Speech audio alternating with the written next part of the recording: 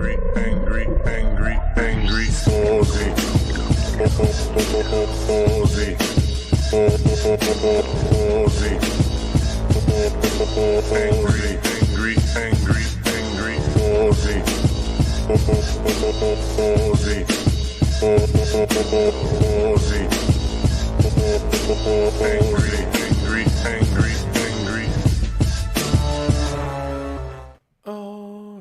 Thursday night stream, here we go.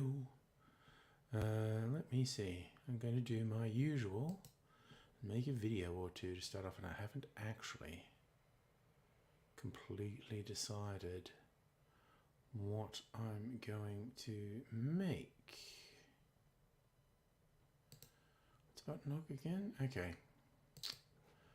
Got a long one to start with. Bay Ridge. There's the prune brandy. Campbelltown.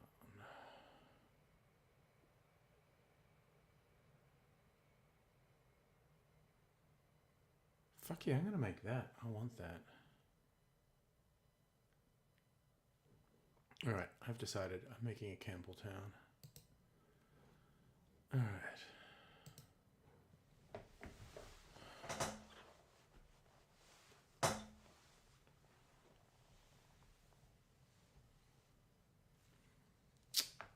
Yeah, I'll make that first. What the hoot and heck? Alright, let's oof. This orange is genuinely looking a bit worse for wear. Can probably get away with it on a video. Nobody will know.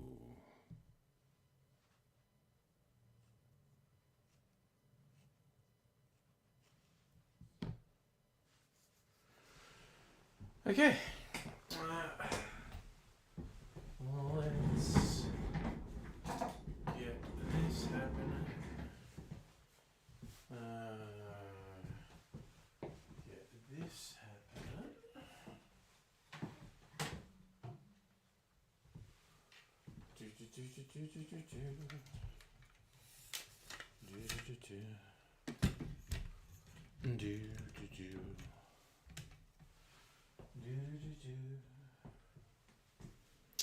Gonna go and spear a cherry while I think of it.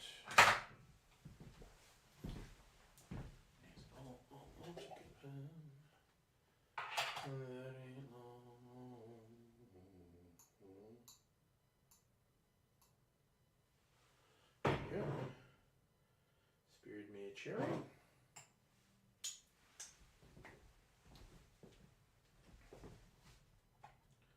Alrighty. That's ready, that's ready. Let's get this ready.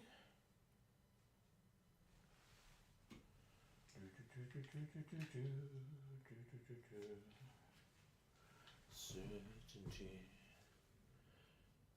Maybe I'll put chickens in charge. I haven't done that for a little while.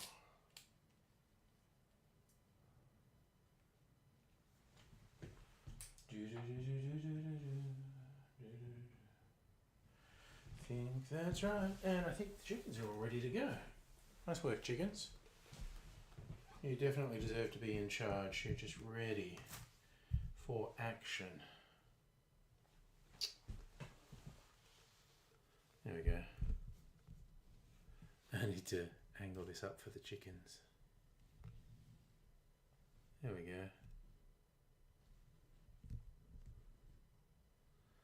Chickens in charge. I'll put the banner on.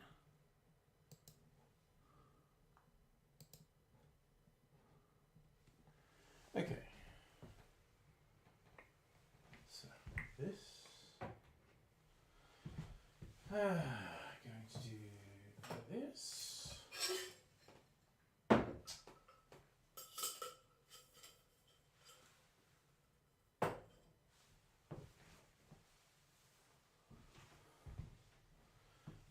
bring this around.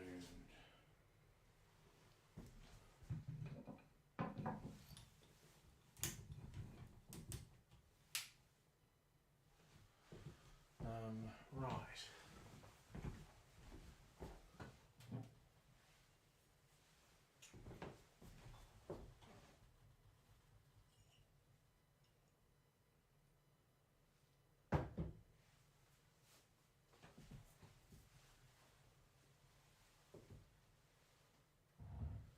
Oh, where's my phone? Gosh darn it. Gotta get my phone. Phone.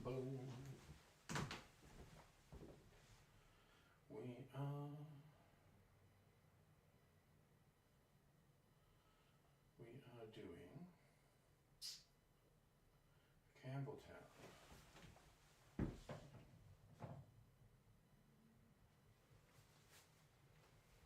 And green chartreuse and cherry liqueur. Green chartreuse, showing off that I got green chartreuse. And some cherry liqueur.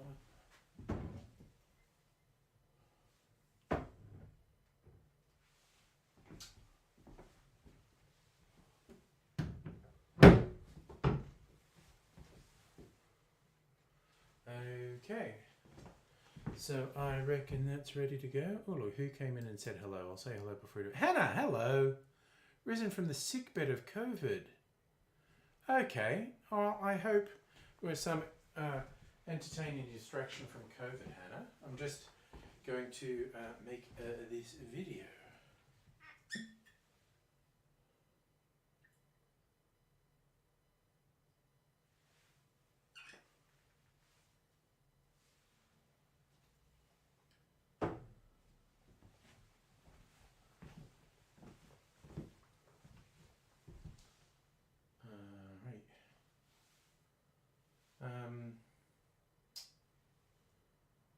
I guess I'll do this. Make sure this is right. Yep, that's looking pretty good. Alright, let's get this party started.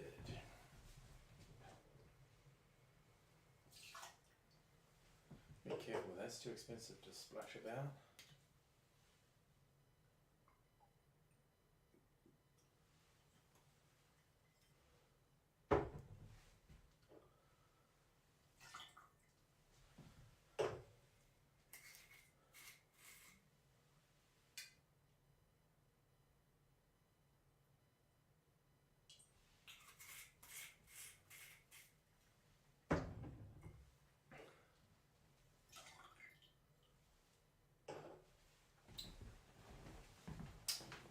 Okay, so that's that.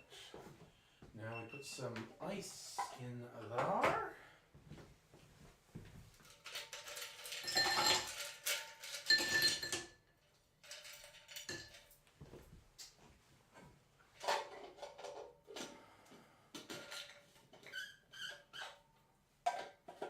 That back on. New. Let's get that happening. Now we give this a little bit of a stir.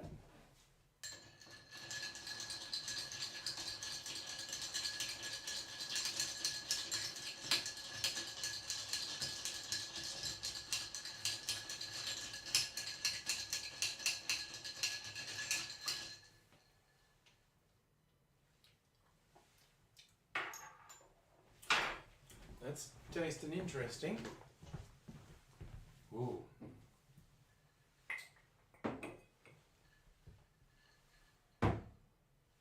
That'll do.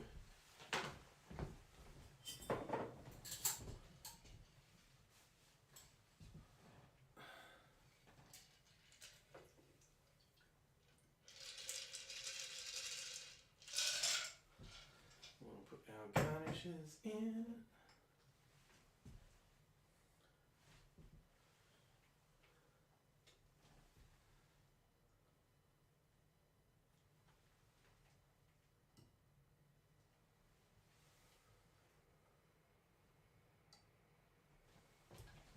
Okay, I'm going to take a picture of this one for the thumbnail. Put this aside for now.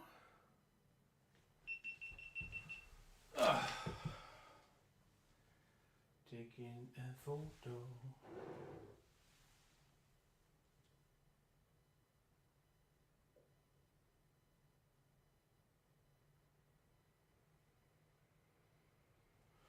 Okay. That's it done.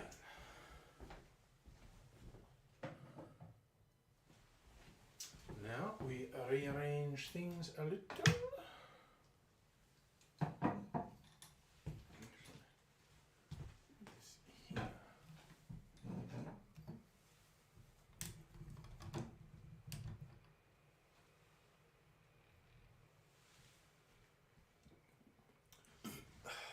no, that's actually a bad idea. I was going to do something different, and it's a bad idea. So we won't do that. Hey, Strictly Sega. Just doing a talky bit for this video. There's a little flying thing there. Fuck you.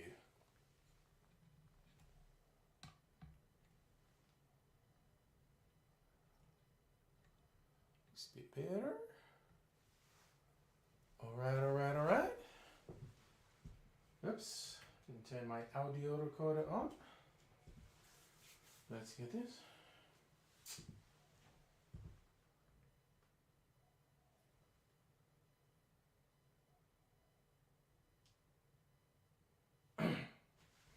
Okay. Let's do this.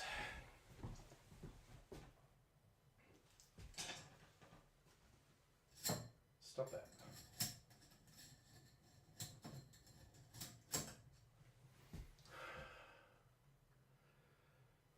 G'day cocktail lovers. This is a variation on an old-fashioned built around a high-end whiskey. The original recipe I found was called a Campbelltown, and it said to use a 10-year-old single malt from the Springfield distillery. Fuck, I knew that was wrong. G'day cocktail lovers. This is a cocktail built around a high-end whiskey. The original recipe I found was called a Campbelltown, and I was going to say Springfield, Springbank. Fuck.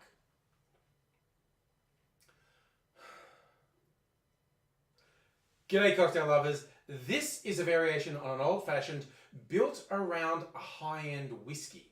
The original recipe I found was called the Campbelltown, and it called for a 10-year-old single malt from the Springbank distillery, which is in Campbelltown in Scotland. It's a very up there and pricey Scotch whiskey, which I happen to not have. So I thought I would make my own version of it, and I'm going to build it around my most expensive whiskey. This is actually a local one from the Bakery Hill Distillery.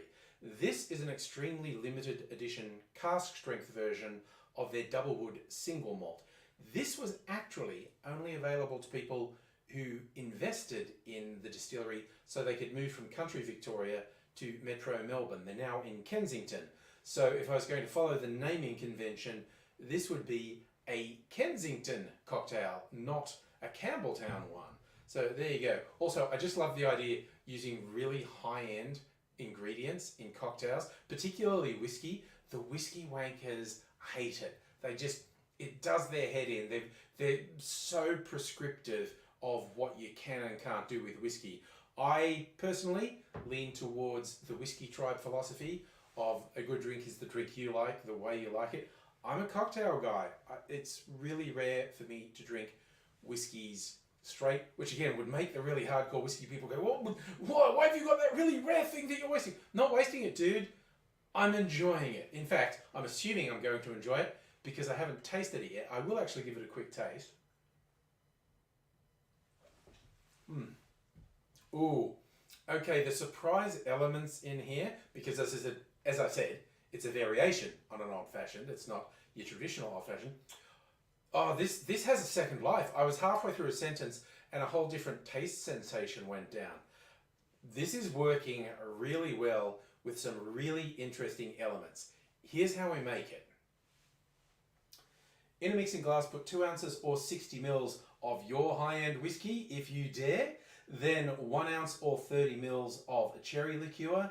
And finally, half an ounce or 15 mils of green chartreuse. Add ice to the glass, stir that for 20 to 25 seconds to chill and dilute the drink, and then strain that into a rocks glass over a big chunk of ice. And as it's an old-fashioned adjacent drink, I'm going to do my favourite of a twist of orange peel and a maraschino cherry on a skewer as garnishes.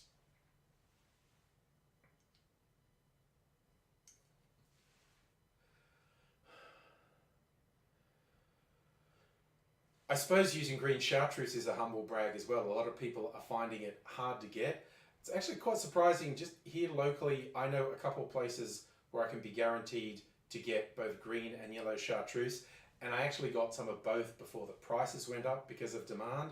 So I'm pretty happy with that. And I'm pretty happy with this. Anyone who knows me knows how I love the boozy drinks. The old-fashioned is my favorite. This has really done something unusual. Like normally you just have a small amount of sugar syrup or some other sweetener in an old-fashioned. This is quite a lot, 1.5 ounces added to it besides the whiskey, and it is really giving some flavors. No surprise, cherry goes really well with whiskey. Cherry is a common tasting note in a lot of whiskies. And the green chartreuse is the surprise element. Just those herbal elements, and it's the lightest component of this cocktail, and it comes through for me quite late. Makes this a really interesting drink, and I'm quite glad I made it. And honestly, it wasn't deliberately to upset people who don't like when you use high-end ingredients in a cocktail, but you know, I've got something that I really like, and this is the way I like to have it, so that's what I'm going to do. And I say, you do what you like as well, whether you're a straight drinker or you like to use it in cocktails. I won't frown if you use a more affordable whiskey. I'm going to go my international exchange rate. This is like 6 or 7 bottles of Jack Daniels. That's how I try to equate to people, because if I just say dollar amounts, it can be meaningless because of taxes and whatnot. But comparatively, that was probably 6 or 7 bottles of Jack Daniels. I rarely spend that much on anything, but it was a one-off and I thought I'd do it. And this is a really good drink, and I think you'd enjoy it if you tried it as well. And I hope you look after yourself and come back sometime soon. Until I do see you again, I'll say cheers. This is actually really good. All right, I'm going to sit down and chat. And hey, Rays. I'm going to sit down and have a proper chat now. Sticking with the plan of getting way ahead with the cocktail videos so I can dedicate a couple months to a doco. We've got to make at least 2 cocktail videos.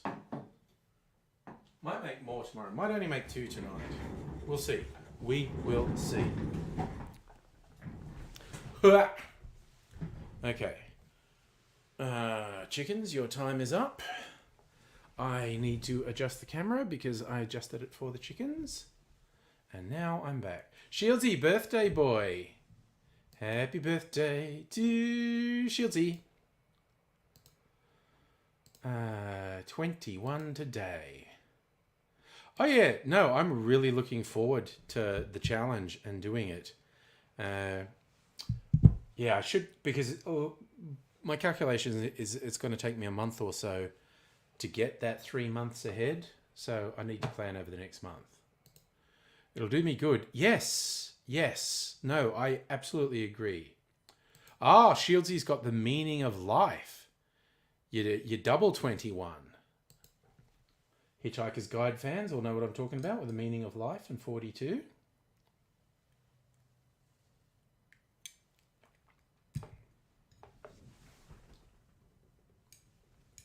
Man, this is a good drink.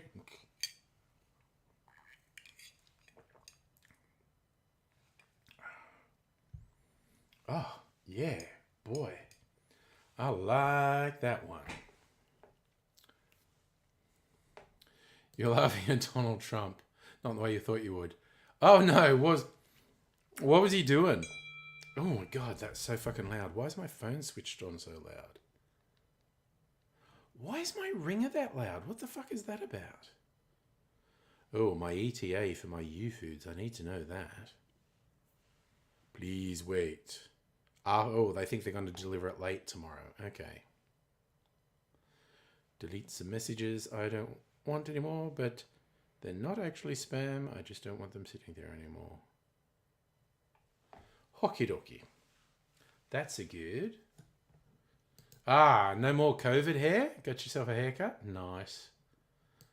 So, okay, in the book you're reading, Kim Jong-un was boasting about his missile button, and Trump said, mine's bigger and it works.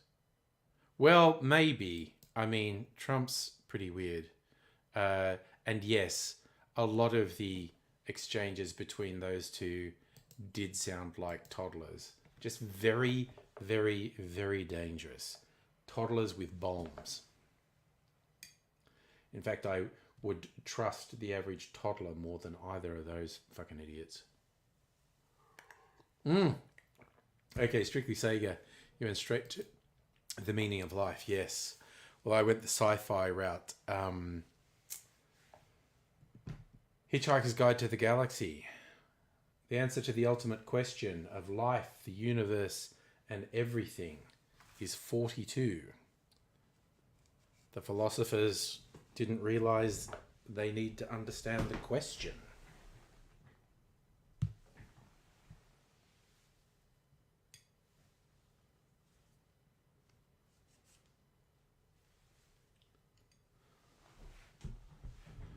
Okay, I forgot to get an orange. I gotta get an orange. Yes, don't forget your towel. Zaphod Beeblebrox, he's a hoopy fruit who knows where his towel is. And you always always look on the bright side. To Robin Hood, Men in Tights. Men in Tights. Well, you know, both musicals. I'm much more Life of Brian than Men in Tights. And in fact, I'm more the Holy Grail than Life of Brian. I think most Monty Python fans prefer the Life of Brian. I just like the Holy Grail. I think the Holy Grail is sillier. And that appeals to me. Oh, God, Rays. The episode of What the Fuck Did I Do at Work Today cleaned up 5 years of grinding and welding dust. 5 years of welding rods that have been used daily, bunch of other shit. God damn. In the bottom of 10 superheat hoppers 20 meters in the air. Oh, God. You turned black with all the dust. Oh, dude, that sounds so intense. Honestly. Actually, another good parallel had just a flesh wound. Same vibe as That's Not a Knife. So you did all the cleanup by hand with a broom. Oh my God. That's so fucking full on. Dude, now I'm sitting what am I getting? I'm getting the Donna Summer song in my head. He works hard for the money. So hard for honey.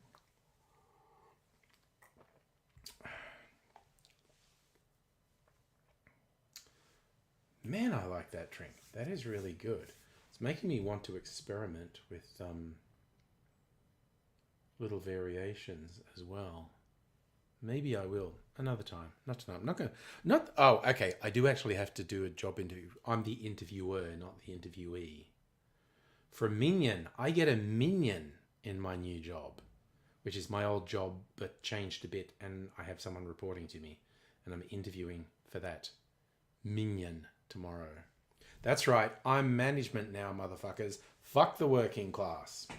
Well, not really. I'm still in the union. First time I've officially had someone reporting to me, though. I've been in charge of things before, but there's never an official org structure where someone reported to me. So that's interesting.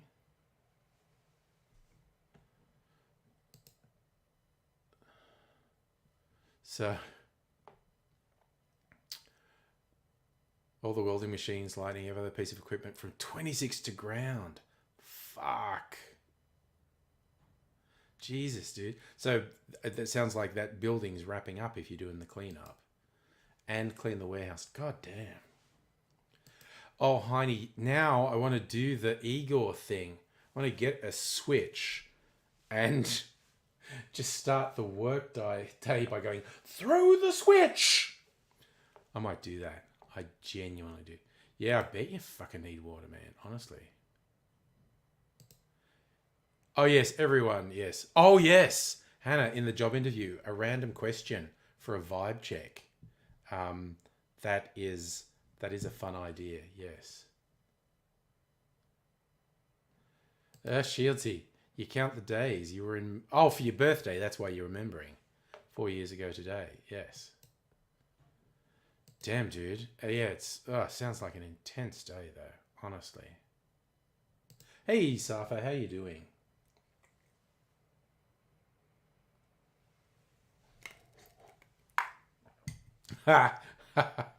Okay, Hannah, I love that question. And I legit would ask it if my boss wasn't also in the interview. It's pretty good. I really like that question. Oh, yeah, no.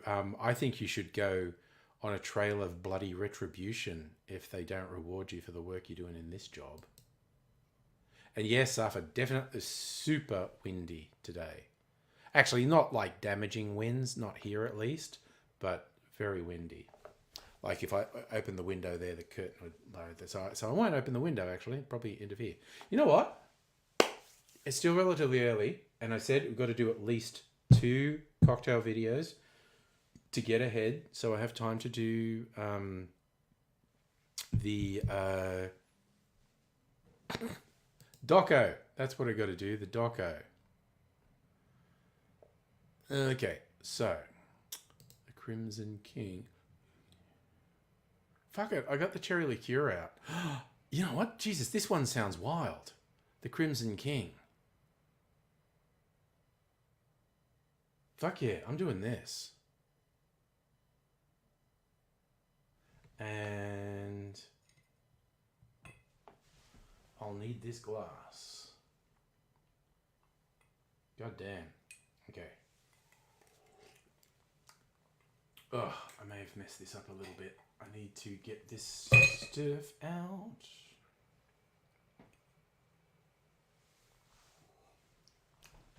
Okay. Now that I've decided I'm making this one, it changes things up a bit.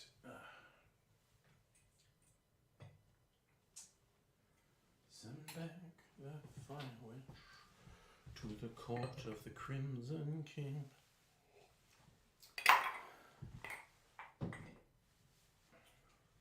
Okay, let's just do this quickly. This is going to be a short, so we'll do it. Oh shit! Almost fell over.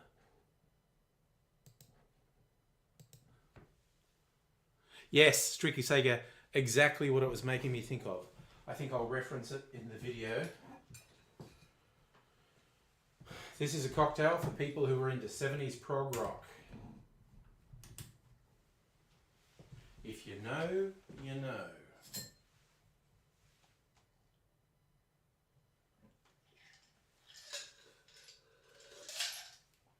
Okay, you know what? Let's do this. I need to tip this in here. And that in there. And... okay. I need to get ready. Where did I put my phone? Okay, let's do this.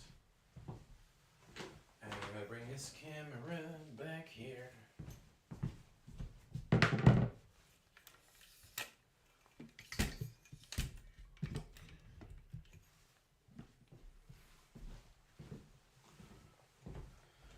Where are we?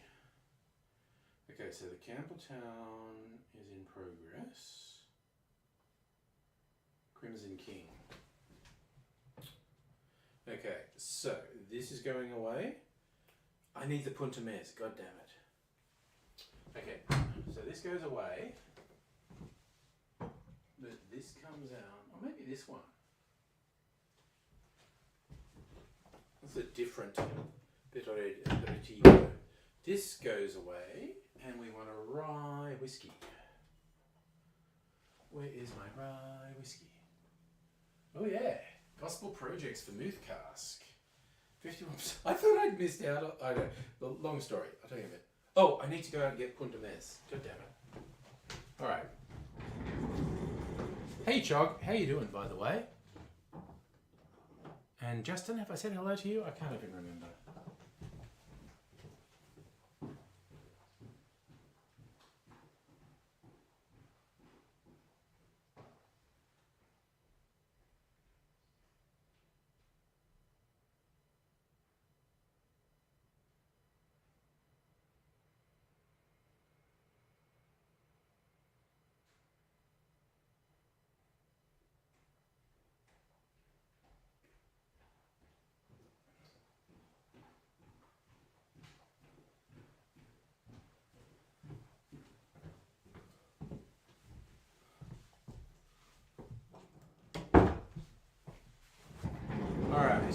Welcome back.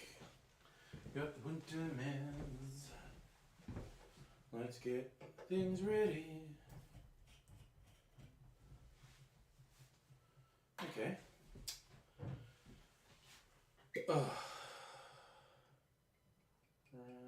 Whiskey. What are we doing? 3/4 of an ounce of the bitter red aperitivo.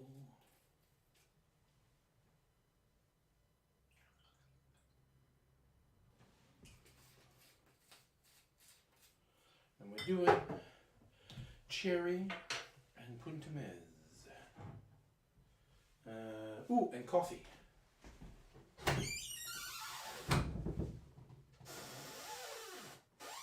There it is.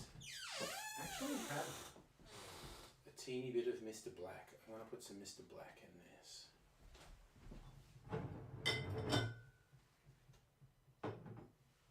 Why not indeed? Alright. Rye, Campari, Puntamez, cherry. We're done. Alright. Let's friggin' do this, he said without putting the GoPro in place. Ain't gonna work without the GoPro in place, bro. Go, bro.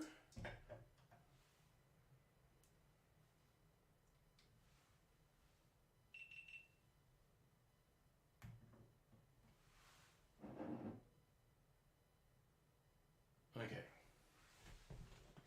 That's already new. Let's pour this.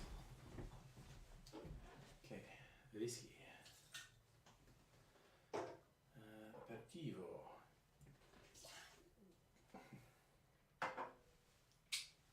Oh, half an ounce of Puntamez.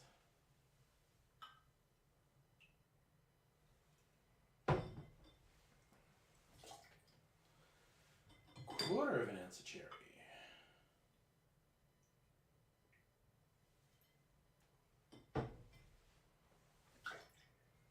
And just a bar spoon. This is such a cute little bottle that Mr. Black's in. Man, I should absolutely just finish this. Okay, bar spoon. Man, that smells so much like coffee.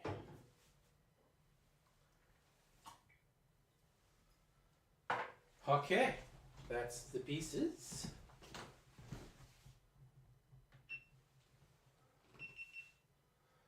I hate you Mises to pieces. Put that on. So I'm just thinking about what am I doing? Nope, I want some ice. Just realised I'd changed what I was doing. That'll do. That'll do. Alright, it's all good in the hood.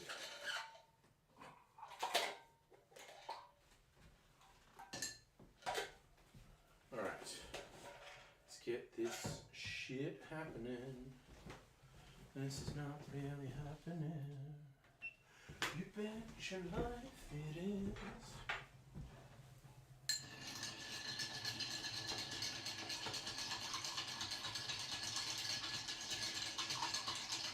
Count up to 20.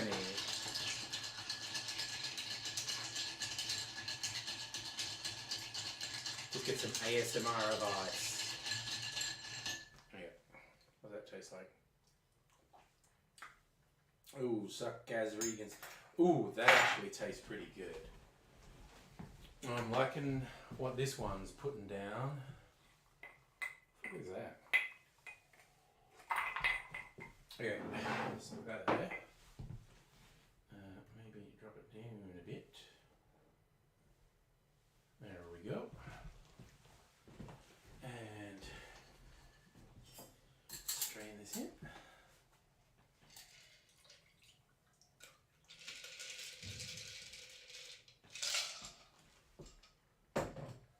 And we do twist of orange peel. twist in my sobriety, and a maraschino cherry ice cube. Alright, that's that shit done. It's a fucking pigeon cooing outside the window now, which the audio recorder will probably pick up, which will be very annoying. Shut up, pigeon.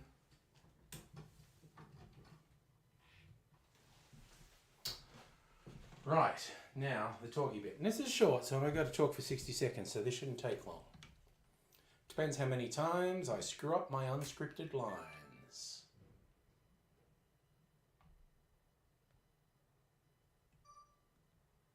Oh, for fuck's sake. I feel like I might be having problems with I've had this camera for over 10 years, I think. I don't know. It's saying, no, there's something wrong with your memory card, bro. It's like, there's not, you know.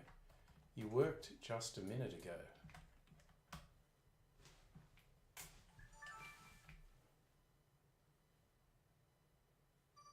Fuck you. Okay. Last time this happened, I had to do it like 6 times. You know, do the old Nintendo thing. Blow on it, see if that does anything. Switch it on. Fuck your mother. It's saying, oh no, there's something wrong. Like, actually, honestly, maybe I should go and get another memory card. Probably wouldn't hurt.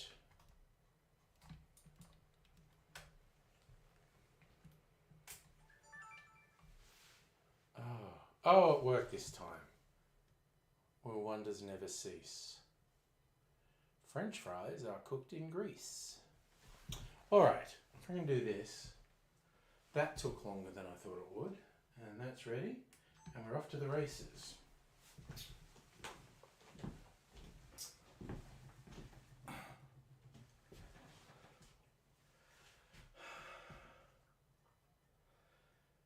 G'day cocktail lovers, this is an interesting cocktail called the Crimson King for fans of 70s prog rock.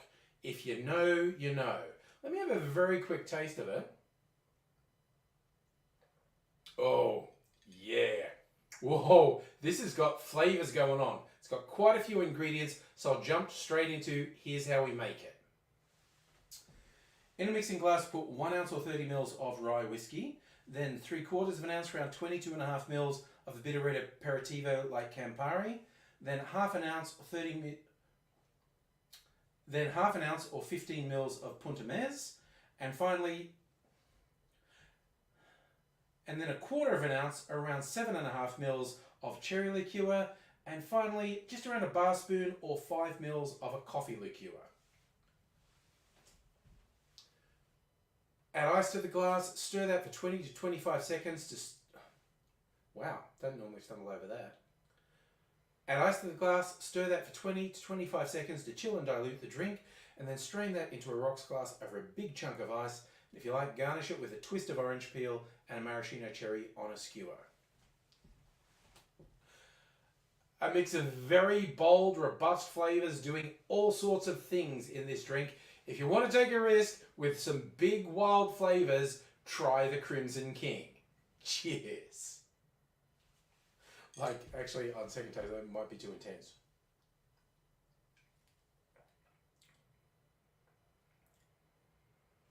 Nah, I'm good. I was thinking of putting some... Actually, I might put a tiny bit of sugar syrup in. Kind of think I'm good. But... Oh man, the bitter coffee... Even with that tiny bit of coffee liqueur. But the Punta Mez and the Amaro Aperitivo have bitterness as well.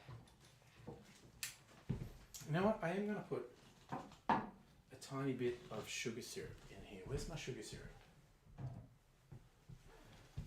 This stuff is the tits. Just that much.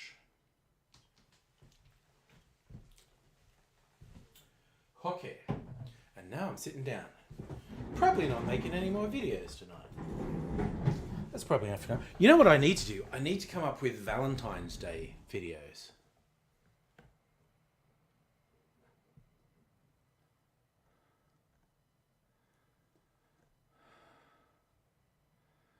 Ah, Rays. Okay.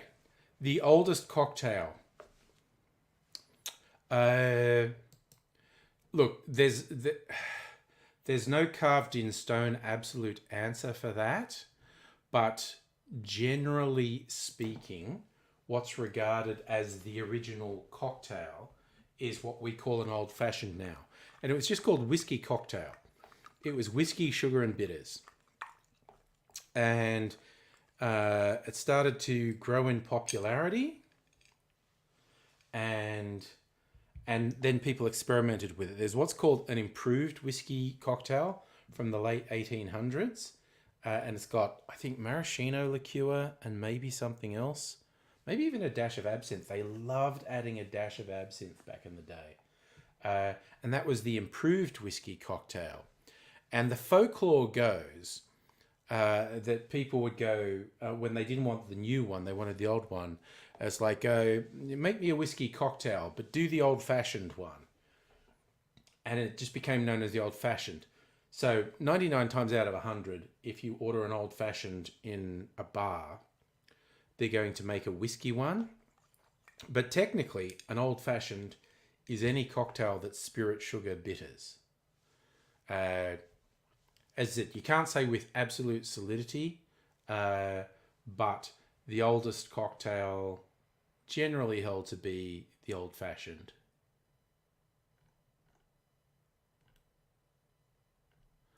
What did I miss? So, okay, Hannah, looking for weird questions.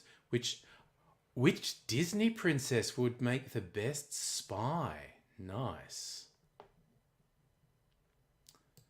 Chog, you reckon Pocahontas? Pocahontas hands down. Agile, blend with her environment? Yes. You were thinking Milan? Because she did successfully disguise herself, took down an entire army.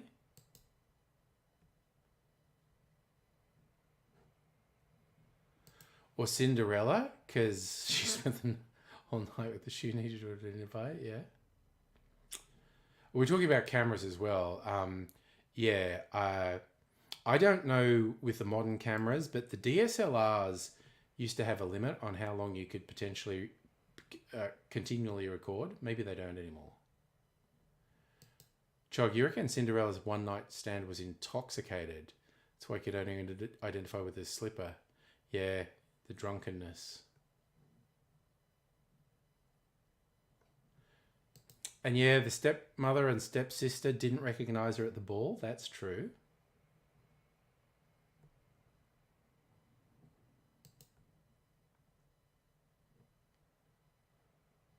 Yeah, actually, that's fair, Chog. I think Cinderella's family are all from West Dubbo.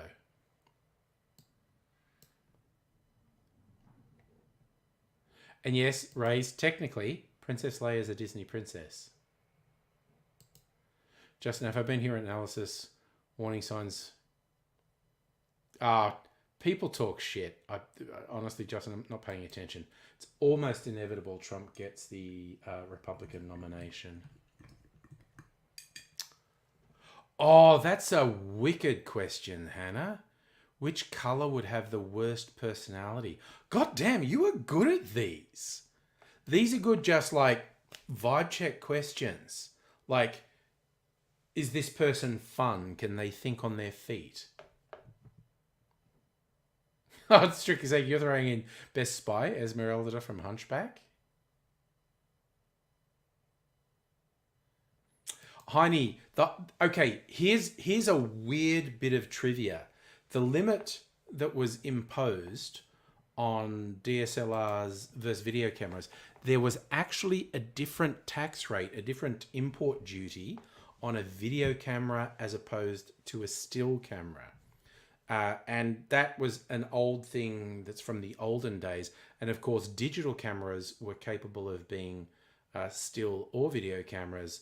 But for the longest time, DSLRs had an arbitrary imposed limit on how long they could continuously record, so they wouldn't be regarded as video cameras. They were still cameras.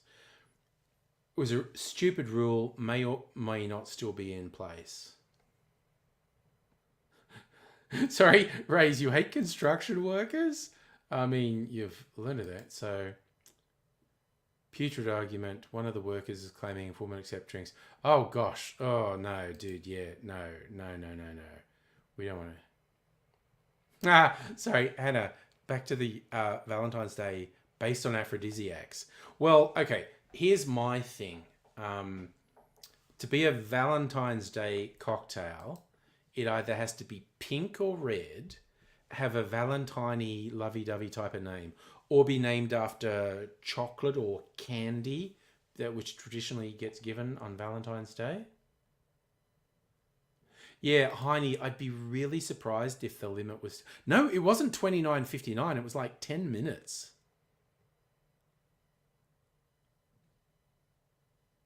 I'm sure, but I don't know. Raise more power to you for walking away, because the guy probably need to be dropped from a great height, honestly. Yeah, yes, you don't want the complications of sorting someone out like that. Yeah. It was really weird. Yes, Chog, phones, excellent. Because a phone is a fucking camera now.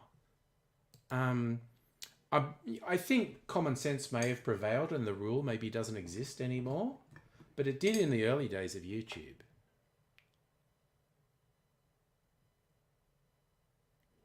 Oh yeah, Hannah, actually get that guy drunk and take him to a... Yeah, actually, yeah, Rays, record the conversation and send it to his mother, definitely. Oof. Oh my God, I'm just remembering. I don't even want to tell the story. It's from the early days of using it, like 90s internet. I was at a rave in Sydney, and they were doing... It was very clever. They were doing this really trippy thing where big screen, visuals, and there were 3 different text streams that were coming up one word at a time. And they were 3 different things that someone had extracted from Usenet. And it was really weird. Like, some of them would be TV or film scripts coming up one word at a time. And sometimes it would be from really weird news groups on Usenet. Like there was one about revenge pranks. And I remember thinking one was funny and then later going, no, that's actually a really serious crime. Because you know when you do something terrible to someone who's a piece of shit, you go, there's a piece of shit. And then you go, actually, that was a truly awful crime and you shouldn't even do it to a piece of shit. And that's what one of these was. It was just a terrible, take them to the hotel room and have something done to them. Oh, yeah. Sometimes it was a technological limit. I think I had the precursor to the Sony Mavic where you actually put a floppy disk in, and so that had enough memory to do like 10 photos or 10 seconds of video. Yeah, so Jog, early DSLRs would only do 10 minutes, but because I used to do long monologues, I always got video cameras, and I still have a video camera. I don't know if it's still a thing. Safa, random question. I literally remember the XPT being introduced to Dubbo.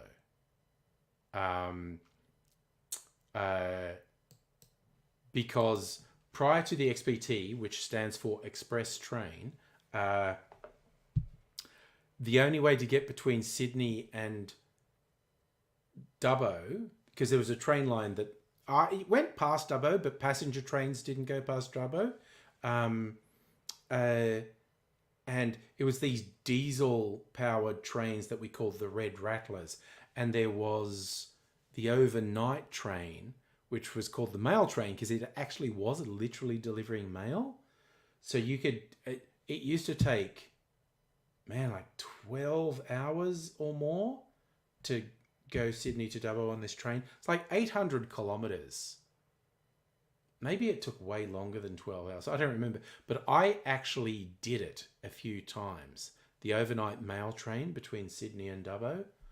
That was a fucking trip, man, in more than one sense of the word. Oh, yeah, no, Chog, the quality of what was recorded on this floppy disk was not great. Oh, honey, you found one called a love potion. Gin, lime juice.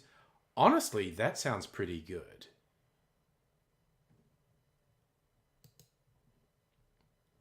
Remember the XBT being introduced to Tupper. Happened in 20.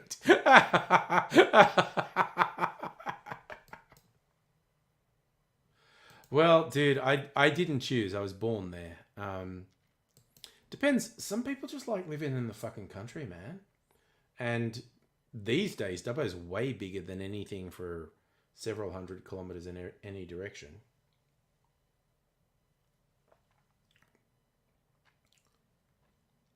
Man, that is not bad. The bitter edge is probably more bitter than I like, but I don't mind it for variation. The first one was better. First one was definitely better. So what was this? You watched a YouTube of a guy living in 80s technology, changed his camera to an 80s version. Yes, okay. Someone was living the 80s life. Why not? So Hannah, another one, Love Struck. Vodka, passion fruit, cranberry, lemon juice, simple syrup. So the ones I have two. One's just called a rose. Very simple. Vermouth, cherry, and raspberry syrup. And so that's going to be pink. And it's got a nice name, the rose. Give your love a rose. It's a cocktail. And then one that's a candy one is called the Tootsie Roll. It's rye whiskey, sherry, and chocolate bitters. So I probably need... I just, when I do these theme ones, I like to have 3 cocktails in them. I don't know why. Rule of threes.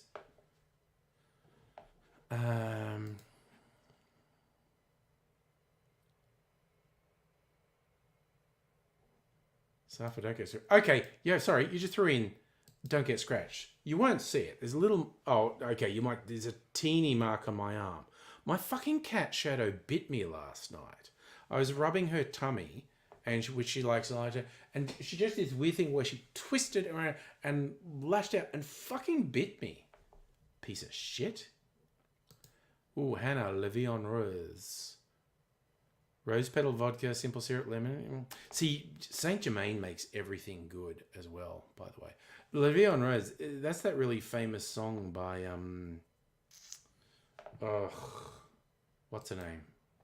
How old's Shadow? She's a teenager now. Because I think she's like 14. Because I think I got Facebook memories around Christmas of her first Christmas with us when we hadn't had her long. She's just a little kitten. So I think she's like 14. Those are all great, Hannah. Thank you for putting it. I think that might be my favourite. The Love Potion. Gin, lime, elder, and rosé.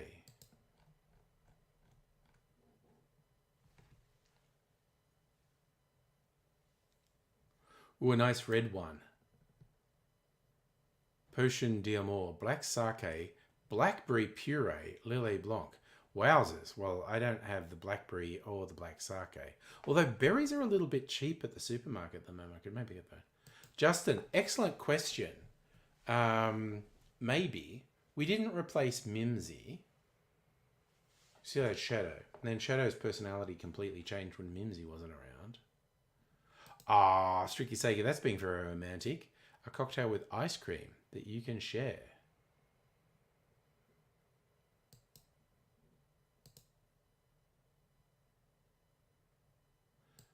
Safa, 6.5 hours via what? Is that the XPT? Because the XPT is actually pretty fast. No, we just don't want a dog, Justin. It's that simple.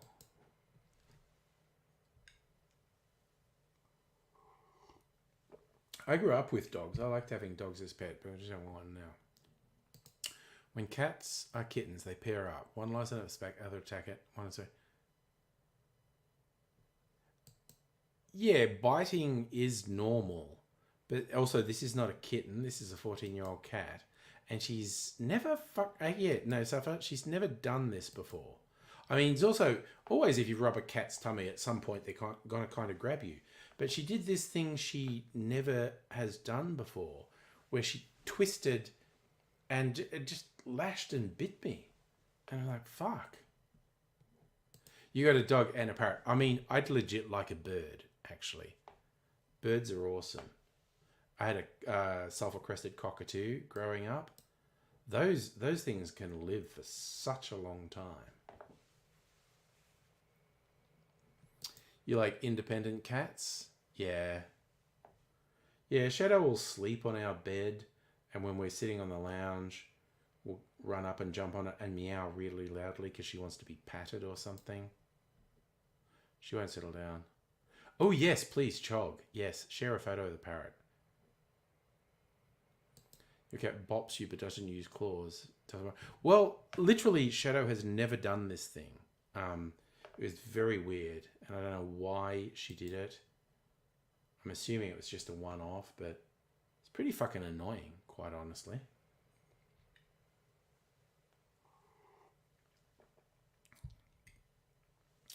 She does do this annoying, really loud meow sometimes, like she wants attention, and it's like, yeah, okay, how about also you shut the fuck up?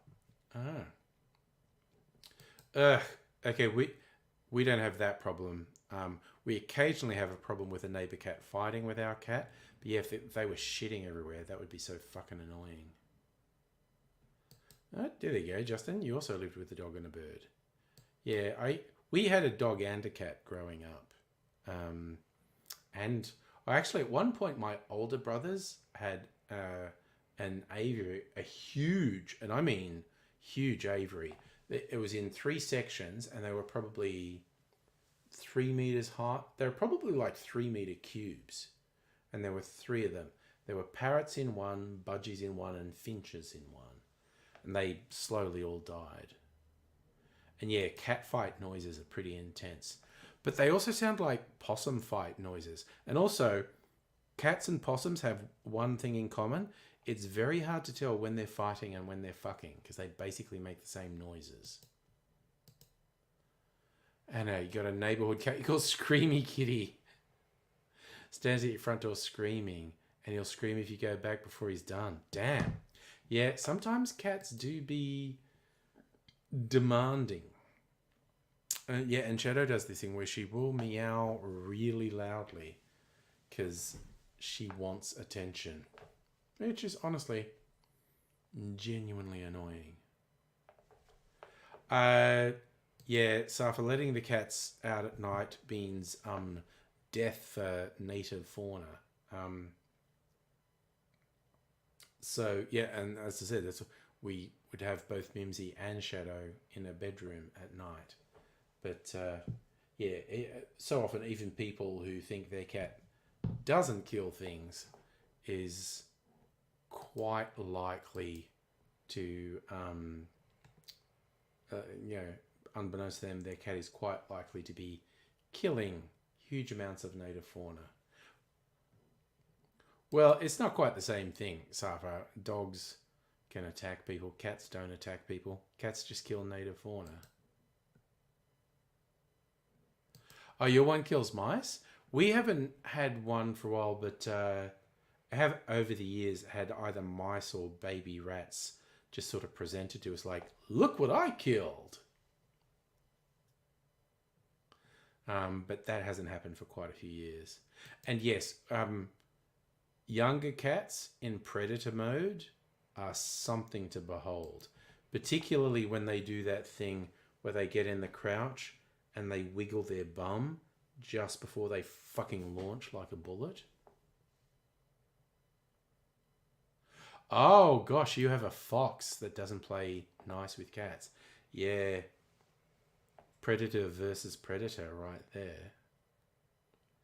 That's a whole other issue, being killed by another feral animal. Yeah. Ugh, again, the degree to which you could have saved this country if you could have just stopped the English marching. You know, you bringing your pigeons, fucking no. You bringing starlings or sparrows, no. You bringing rabbits, no. You bringing foxes, no. And even cattle and sheep, no. Work with the local people and fucking farm the kangaroos and emus. The environment would be so much better. My wordy, those are some fun emojis, Brianna. Thank you so much for sharing them.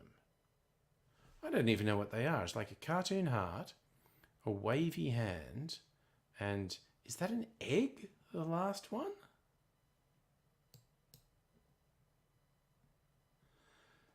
Strictly Sega, I don't know if that's literally true. Lots of people think it is.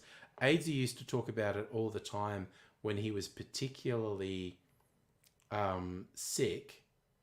His cat would bring dead things to him, like, come on, big guy, you're looking bad. Do it. Yeah, Hannah, that was the other thing. Maybe just stop the English. I don't know. You were never going to stop someone colonising Australia. But, I don't know. So, welcome, by the way, Brianna. We're just hanging out and chatting and chilling. So, if that sounds appealing to you, then hang out with us. Well, that was, again, they didn't regard the locals as particularly important or even human.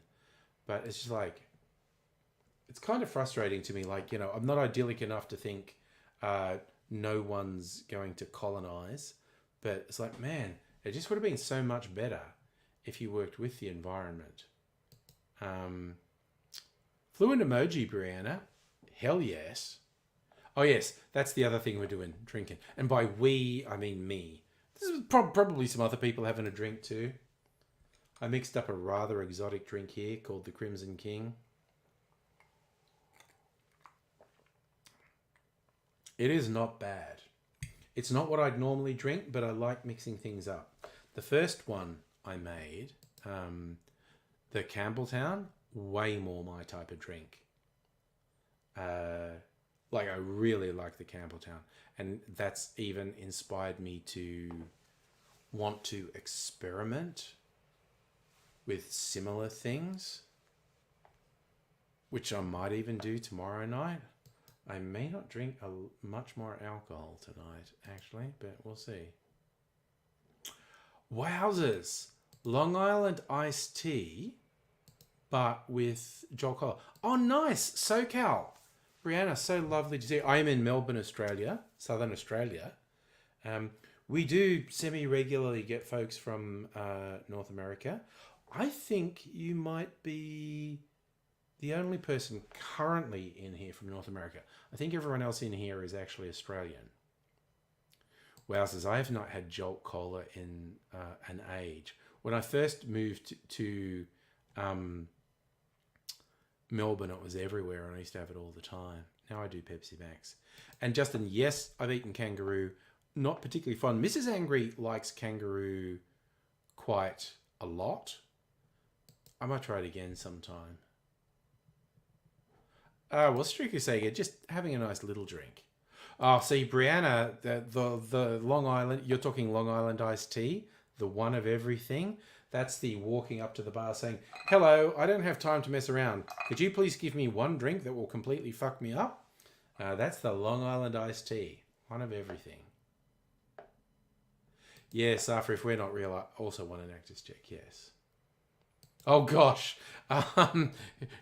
Sweary and confusing. Brianna, please know that anything we do or say is actually in the spirit of camaraderie, but we do get very silly. And Mega Leech, hello, how are you doing?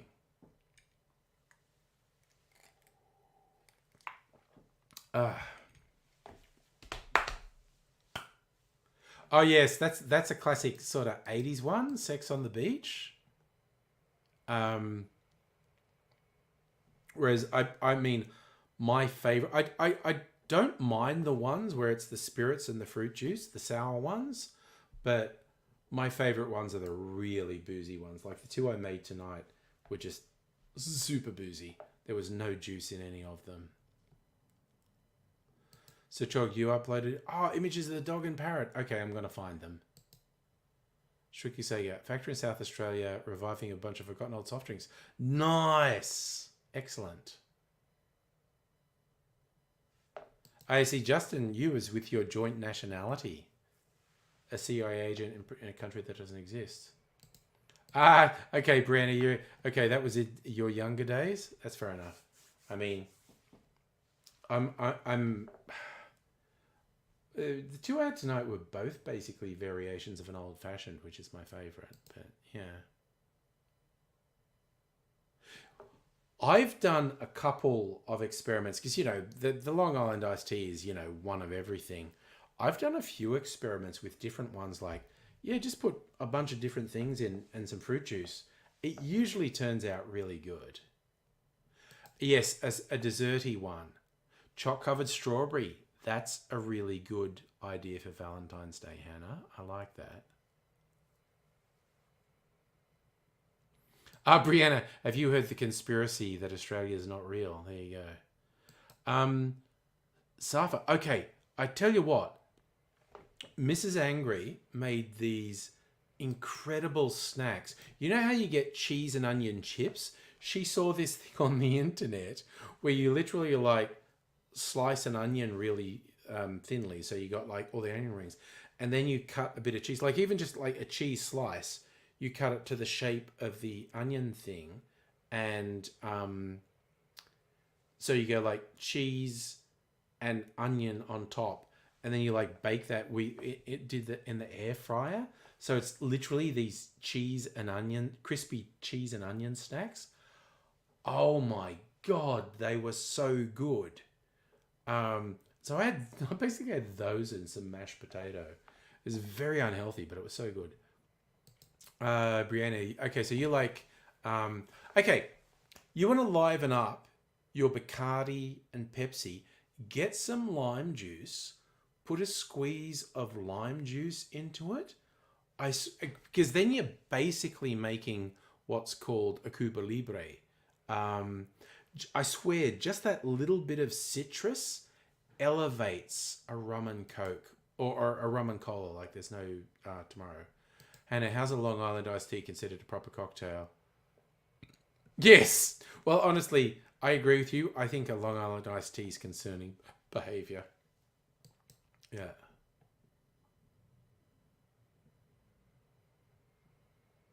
Oh, you're going to try the Roman punch? That one was not bad. But yeah, it's kind of funny. To me, Long Island iced tea is just one of everything. Yeah, Brianna, definitely try it. Just a squeeze of lime juice into a rum and cola just elevates it. I think it's really good. And I mean, if you're going to be really decadent, even get a fresh lime and quarter it. Get a quarter of the lime, squeeze it in, and actually drop the quarter lime into the drink. I swear to God, it just elevates the drink. It's so much better.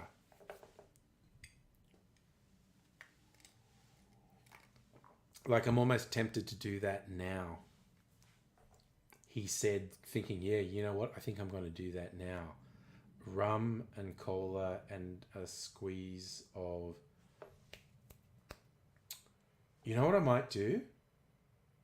I might do a Cuba Libre old-fashioned. Lime bitters, cola bitters, rum and sugar. Fuck yeah. Okay, that's actually what I'm doing. Lime juice into... Oh, yeah, no, Hannah, several times a day. I'm Pepsi Max rather than Diet Coke, but whenever I have Diet Coke or Coke Zero or Pepsi Max, squeeze of lemon or lime juice. And hell yeah, Brianna, yeah, a slice of orange in the beer. Why the hell not? Absolutely. Safa, I don't know Dr. Pepper very well, and I haven't had a Jolt Cola in like 10 years. Chog says Dr. Pepper straight up. I'm going to side with Chog then. Okay, I'm going to do an old-fashioned version of a Cuba Libre. So, here's how that's going to get. This isn't even a video, I'm just going to make it. But, honestly, if this works, I might make a video tomorrow. I don't know. I'm sort of thinking to myself, man, you should probably make a video. Okay. Oh, I can't even be fucked putting anything away. Okay, so we want rum. Which rum will we choose? Spiced rum. Mango rum. Man, I'm spoiled for choice. Fuck it, spiced rum. Bricks, trail mix. Dun, dun, dun, dun, dun, dun. Rum from Sydney, Australia. Okay, so we are going rum. And then lime and cola are both going to be bitters because I have lime bitters and cola bitters. I just have to find them because I have about 30 sorts of bitters down here. That's cola bitters. Where is the lime bitters? There's the lime bitters. And I'm gonna go to fucking town. We're gonna put a lot of bitters, like 4 dashes. We're going to town. Lime bitters. Cola bitters.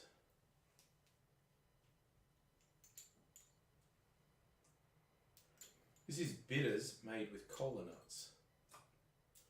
Okay, and a bit of sugar syrup. Maybe I should have done that first. Gonna sweeten it up. Man, this stuff kicks ass. Alright.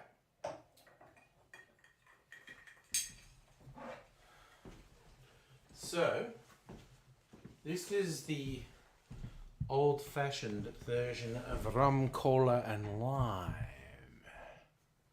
Oh yes, sorry, Brianna, you see the collection. Okay, so there's 4 tiers. 1, 2, 3, 4.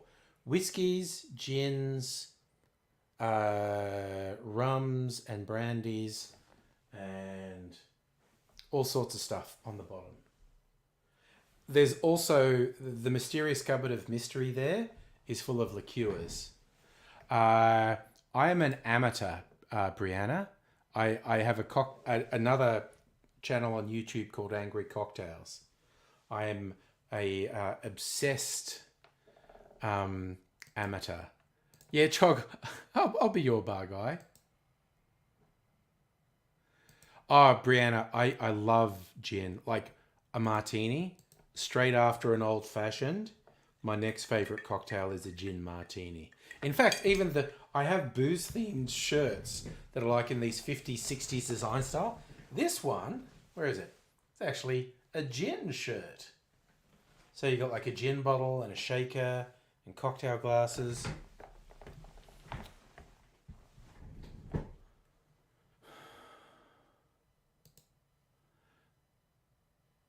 No, I don't actually want to work, Safa. I just do it for fun. It's not hard to get an RSA, which, Brianna, is an Australian thing, responsible service of alcohol. If you work in a bar, you have to do this education thing, so you get a certificate saying you know about the responsible service of alcohol. Yeah, Chog, I've been seriously developing my cocktail knowledge for like 8 years now and got like super, super serious about 6 years ago. So, slight aversion to tooting my own trumpet, but I do know my shit. Glad you're enjoying the stream, by the way, Brianna. Lovely to have someone new in. Oh, you had an RSA when you worked for Woolworths. Does that mean you worked in the bottle shop sometimes? All right. So this is an experiment. This is an old-fashioned version of a Cuba Libre, which is rum, cola, and lime.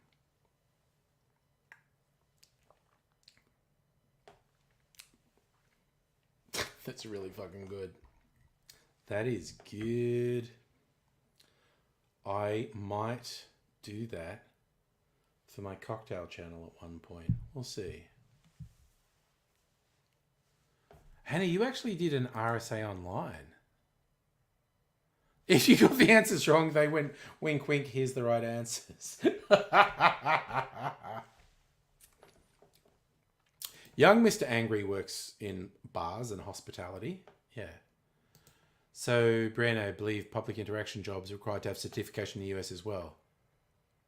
You study law for almost everything. I work in IT. My real job is IT. My real passion is booze. Yeah, that's fair, strictly say. RSA is a contract. This is I won't oversell alcohol. I won't sell underage. Yeah, it's like literally if someone in a bar sees you slip or stumble or slur words excessively, they shouldn't give you another drink. You had your RSA as long as I've been on YouTube. Nice. I still don't have an RSA because I don't do it professionally. I just do it at home. Like, honestly, people who work in bars work hard. I'm just saying it.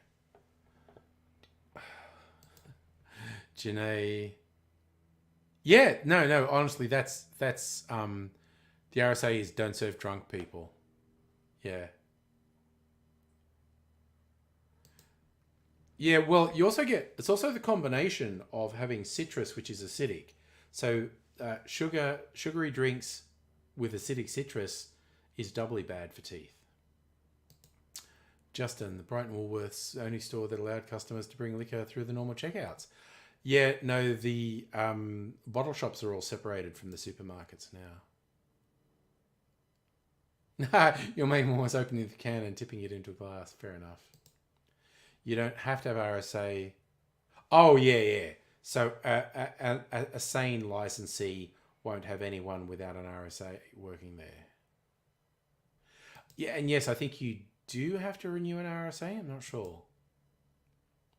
Oh, yes, working the stadiums, you need an RSA, yes. Okay, I've got an ISA, irresponsible service of alcohol. Look, honestly, various people who've actually visited the bar go, man, I always end up really drunk if I visit the Angry Bar.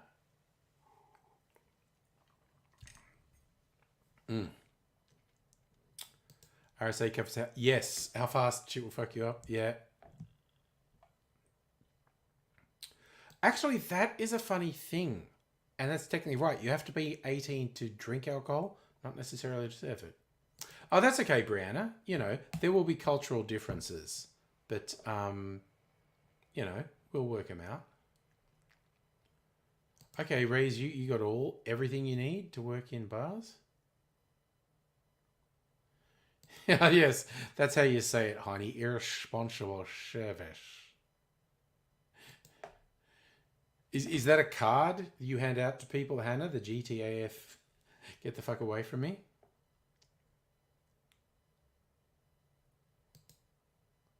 Oh, that's interesting, Justin. The Brighton store had a special license. Yeah, I'm wagering they don't anymore. I think they changed it. Oh, yes, that's the thing. Liquor licensing is a state thing. Yes, so it can be different state to state. And yeah, 9 times out of 10, Friday is definitely irresponsible drinking. Usually not really, really excessive, but a bit. Ha! So that's more resting bitch face thinking. I just love the idea of Hannah non-verbally making people stay the fuck away. So, Brianna, middle name's Irish. Janae? Is that how we pronounce it? I was actually having a conversation with someone today about Irish pronunciation because they're saying, this person's having name, what's their name? And I was I'm pretty sure that's Aoife. And they said, oh yeah, and that's what this other one is, that's Neve.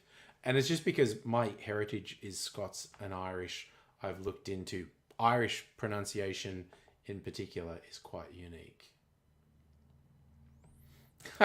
So, Strikazega, you thought you made yourself a light Long Island iced tea, but it still fucked you up. Fair enough.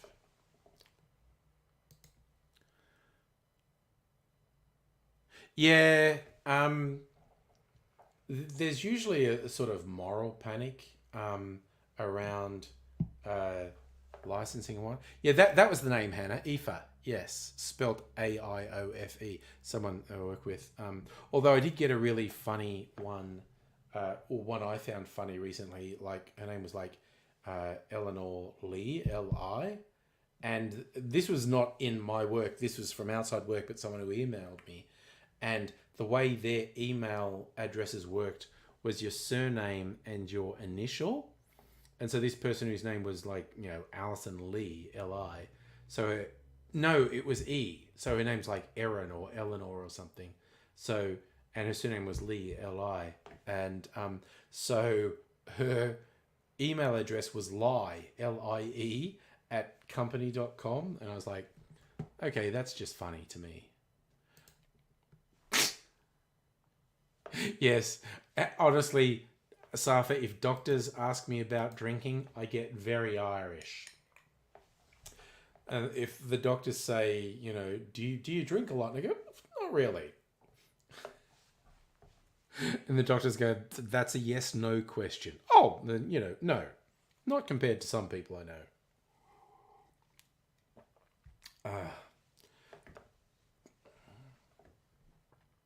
Annie, 3 Alanas. Also, and they all say it different. Alana, Elena, and Alana. My default would be Alana. But yeah.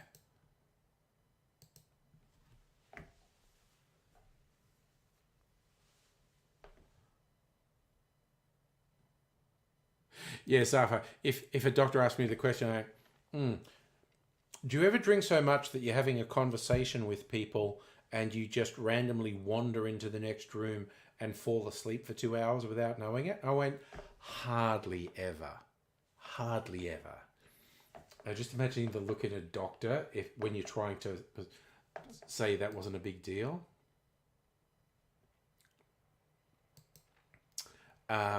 Staff social bar, biggest public holiday in Queensland. Damn.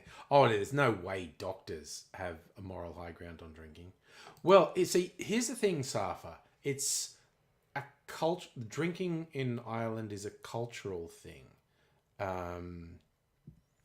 and it's a complex socio-economical question, but there is a tradition of drinking in Ireland that leaves a lot of other countries in the shade.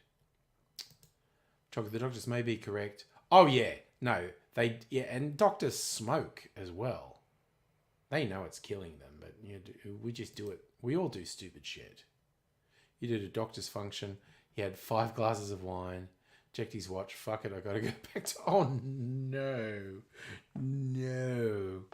oh dear. Oh, that's not fair. I repeat myself when I'm sober. Which is, I would legit say that to a doctor. Do you ever drink so much that you just like repeat yourself and stop making sense? I went, okay, dude, to be fair, that's just what I do. Repeat stuff. The head of respiratory message was yeah, it's like humans, we are very weird. We will do stuff that we know is stupid, that we know is self-destructive, but we just fucking do it. Oof, you reckon mental health practitioners are the biggest drinkers? Yeah. Sometimes it's like what your work is maybe drives you to drink.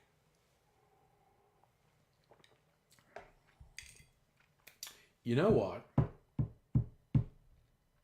I was just thinking of another version of the Scuba Libre, but a sour. Actually use some lime juice, because I fucking love rum and lime juice. So I'm thinking just a very slight riff on a daiquiri, rum, lime juice, sugar, and cola bitters. And so it's kind of like a high-end rum cola. I don't know.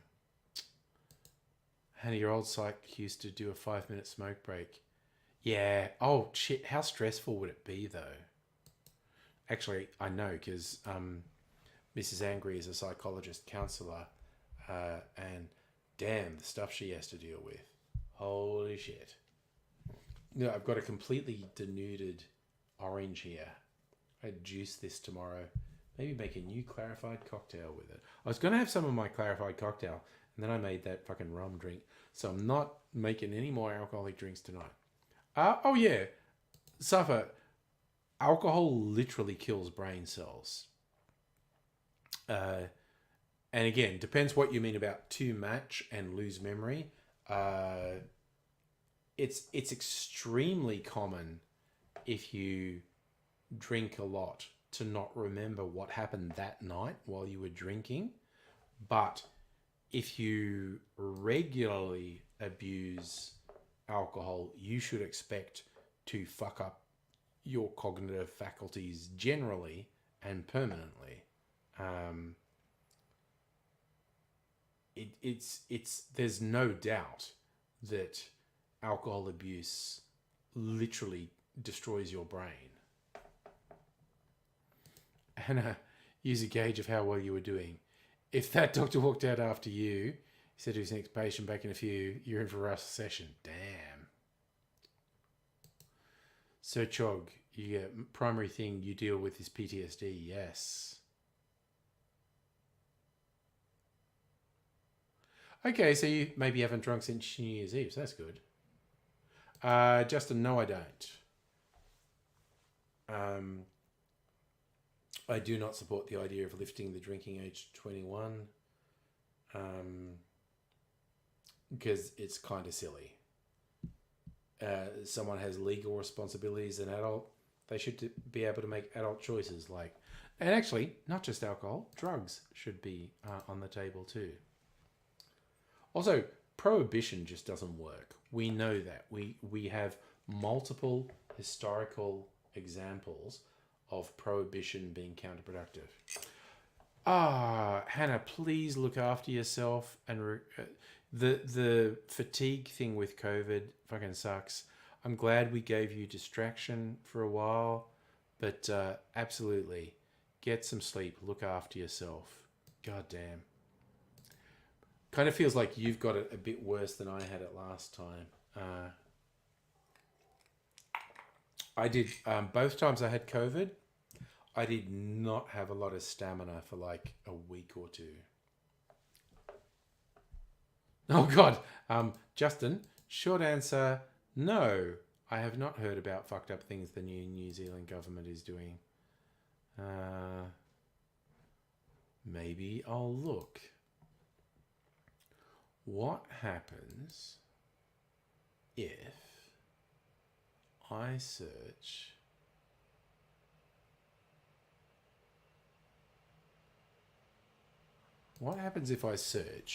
New Zealand government? What comes up if I search them? And news, what are they doing?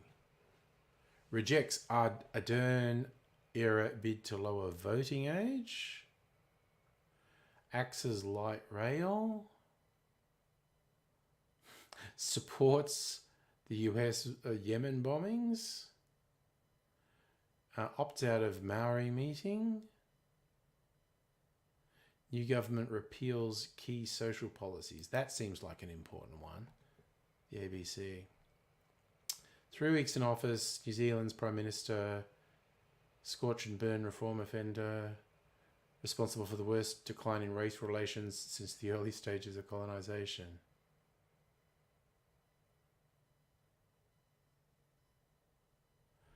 Oh, who knew he's going to be super racist? There you go. Oh, that's right. Repealed the plan to make smoking tobacco illegal. Oh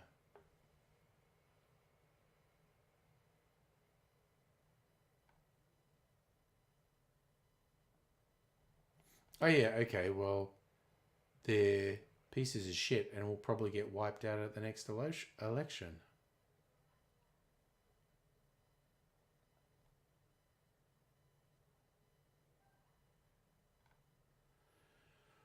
All right, so it's probably going to be a couple of extremely ugly years of right-wing racist fuckheads in New Zealand, and then they're going to get wiped out at the next election. Oof. God, that sounds bad, Hannah. Can't breathe, knives in the chest. Yeah, ugh.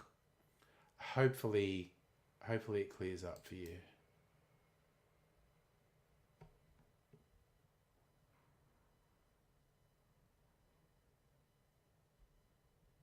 Oh yeah, Safa, they are almost definitely only going to be a one-term government. They're going to fuck up shit so badly, they're probably going to get wiped out at the next election. Oh, I just remembered I was meant to look up something on the fucking Discord as well. Let me do that. Where are we? Okay, so Strictly Sega literally picked up a slab of Jolt Cola. Jazzy put a rain photo. Oh, Hannah's put some Valentine's Day cocktails there. Thank you. Okay. All right, I want to look at Chog's animal pictures. Just going to load them all.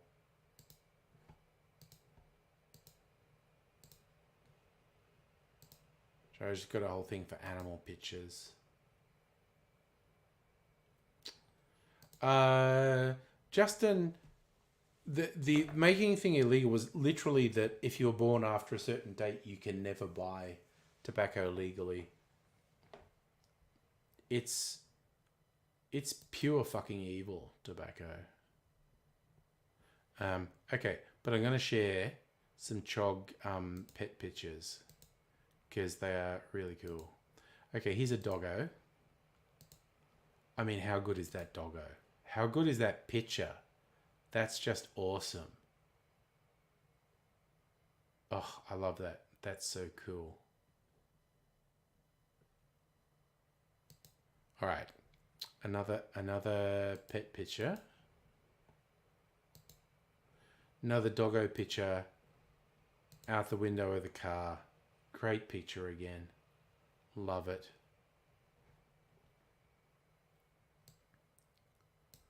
And there's also some parrot pictures. Look at that one. It looks like the parrot is hatching an evil plan, which I'm completely on board with. Parrots who are hatching evil plans, quite honestly. And there's one more. Parrot at the Christmas tree. Great picture. So here's the thing, Justin. The move to make cigarette smoking essentially illegal, and you are right, prohibition tends to make an underground market, but something as fucked as tobacco, which you can't easily grow yourself and all those sorts of things. If people like are never exposed to tobacco, the likelihood of them seeking out bootleg sources is incredibly low.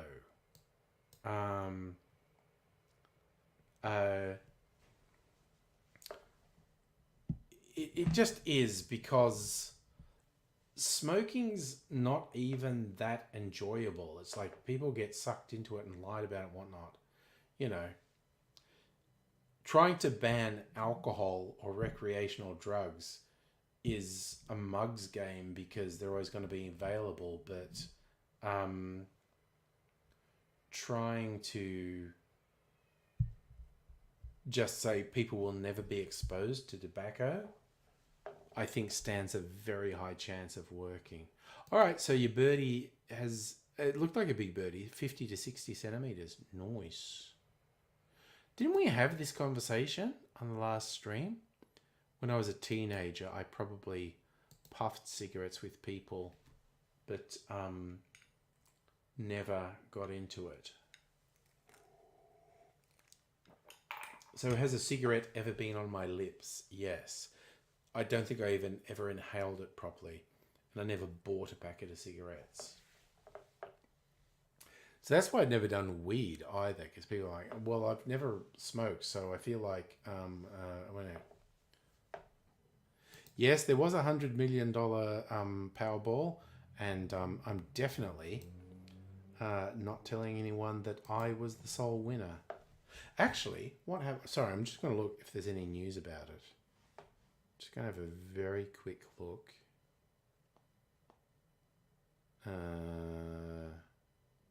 Someone won it.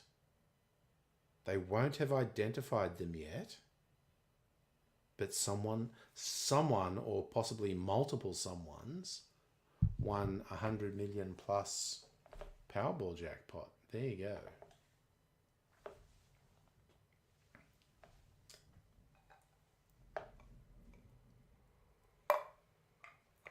I keep saying, if anyone ever wins the lotto, just join me. We should start a distillery, the Divergent Distillery, and it would just be fucking fun. Yes, if I suddenly stop the stream and go, fuck everyone, and never come back, you know why? Yeah. Oh, see, Justin, that's what I'm saying. I've always said, okay, what would I do with 100 million? I would try to get rid of most of it. Definitely some of it would be property. I'd get property. But my fun thing would always be a distillery. So I'm always like, hey, if anyone I know who likes me wins lotto, we should run a distillery together because that would be fun. But yes, I would like to think if I won a major lottery thing, a decent chunk of it, probably at least half of it, would be for noble causes which were nothing to do with me. But there'd probably be a little bit of property, and definitely I think setting up a distillery would be fun. That's why I keep putting it out to people. If you all win lotto, remember me, and we should run a distillery together. So, Jock, what would you? Most of it. Oh, yeah, travel. That would be another good one. Yes.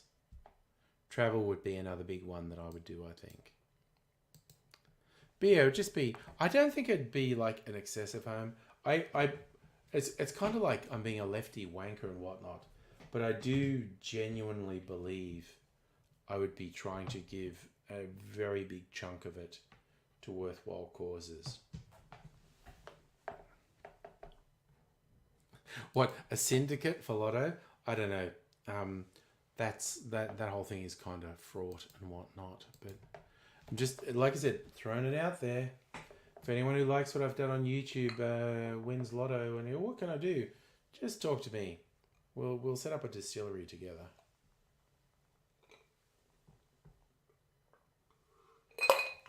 I'm into the non-alcohol drink phase of the night. Oh God, the wine flood? That was wild. It was like 1 million liters of wine from the big vats that broke and just flooded that town. The video of that is incredible. It's like, what the fuck is going on here? It's incredible. So I have various things just see. I'm not going to buy everyone a house. I'm going to buy me a house.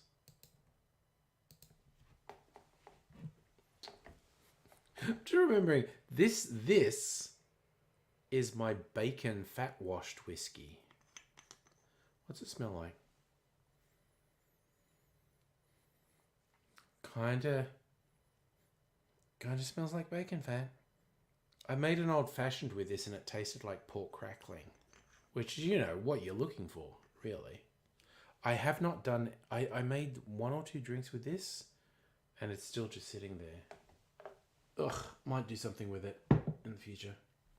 I've also got the last of the clarified supermarket eggnog. That's what this is, just a little bit of it left.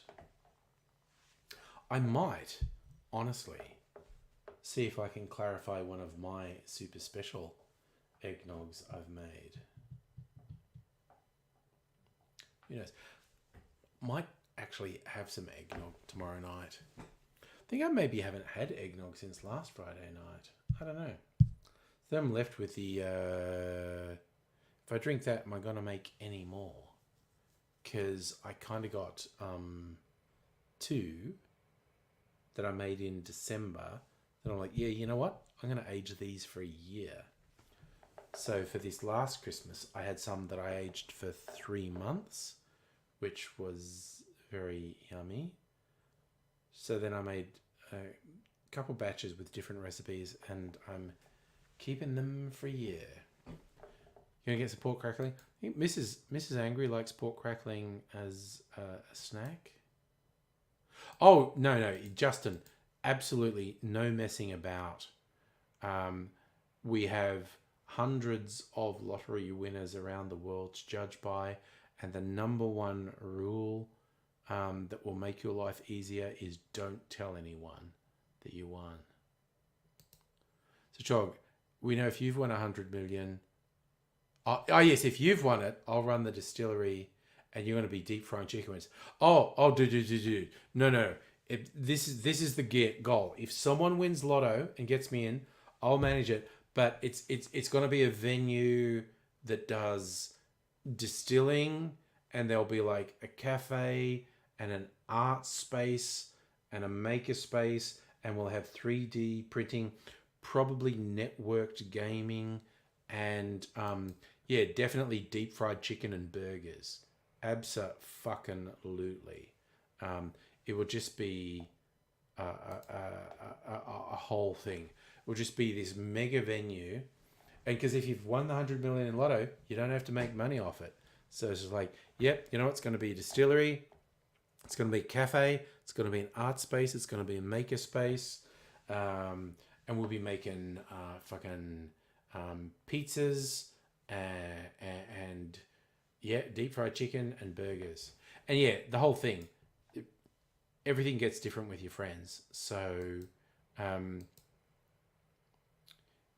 it's one thing. If you win a lot of money, you either have to acknowledge that your life as you knew it is over and you now need a new life, or you're probably going to have a bad time. So I love that, Safa. Should we put the lotto money into super? If you're like getting $10 million and up, I don't think super comes into it. It's just like, you've got a lot of money. That's all it is. You've got a lot of money. Yeah, oh, fuck yeah. Pinball machine. Oh, an old school. Make it an old school video card. God, now I've got this vision that you have this big building that's got multiple floors. There's a distillery, there's a cafe, there's a gallery, there's a maker space, there's a video arcade. Damn, it's got all these things.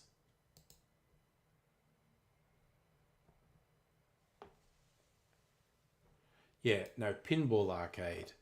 The whole thing. Pinball machines and old school video arcade games. And maybe a water slide. Or not necessarily a water slide, but a slide between floors, because you're going to have like pinball machines and video games and a cafe and an art space and a maker space, chill zone, all these things.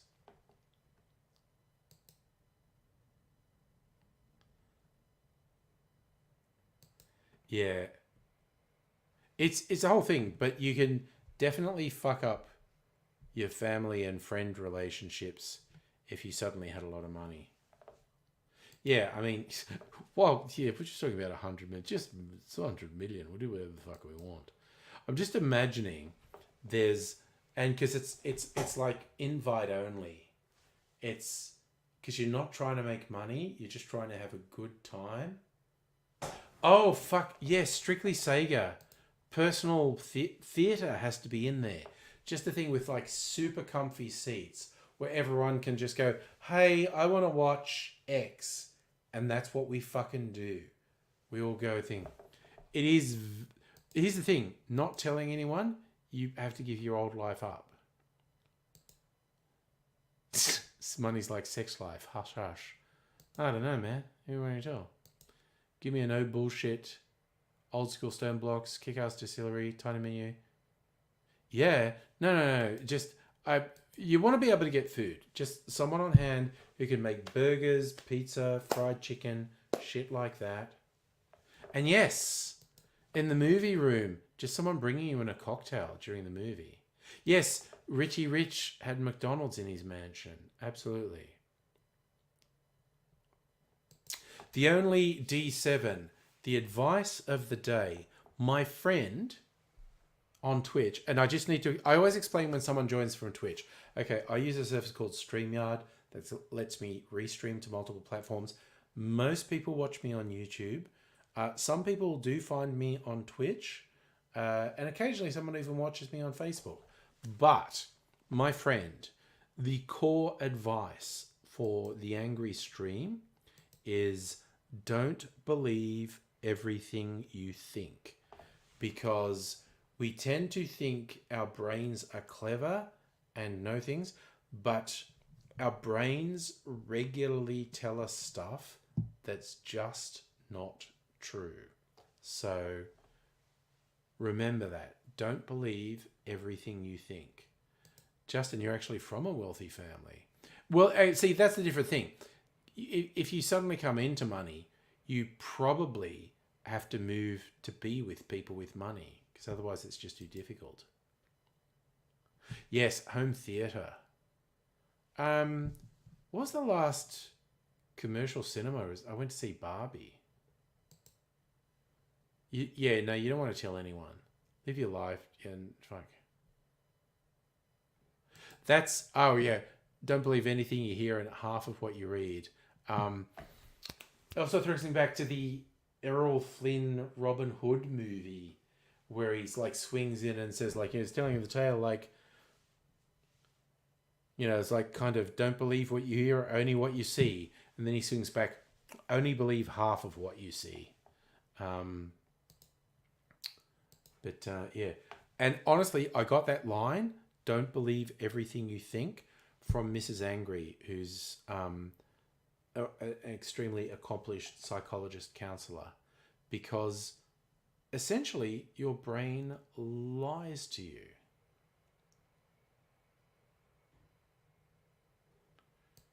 Sorry, you took a pic of the shop 5 minutes ago? Which Laserdisc are we talking about there? Oh, the Errol Flynn Robin Hood. Sorry, I forget what I say from second to second, honestly. Yes, okay, it was Robin Hood. There you go. In like Flynn.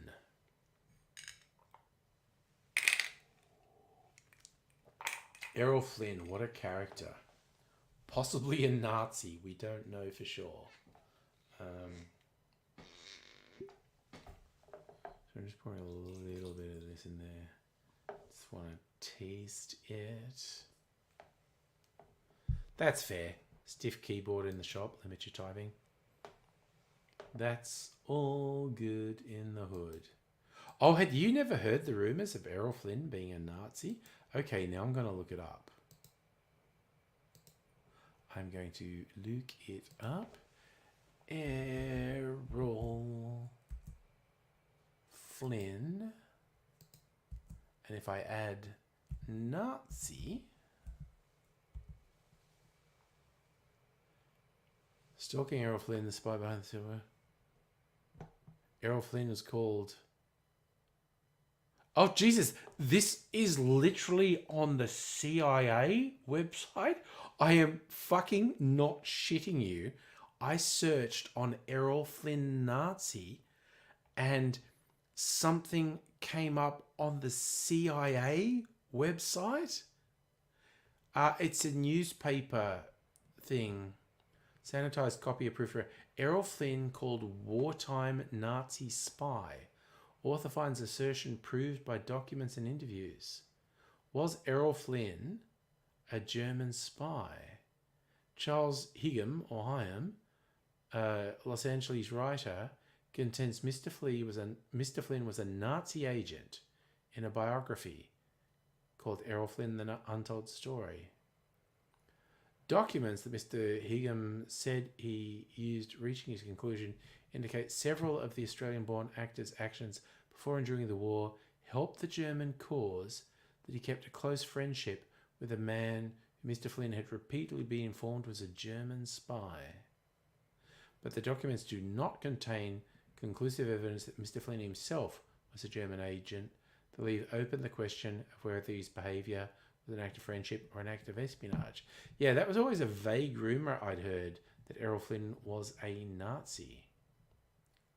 No, he wasn't a neo-Nazi. He was a Hitler-era Nazi. Oh, yeah, that's the fun thing, Justin. US lotteries are taxed. Australian lotteries are not taxed. Yeah, no, strictly Sega, it's a thing. Even the old Australian crawl song about Errol Flynn with the "I would give anything just to be like you." There was a line where he's just going, "Don't tell me it's true.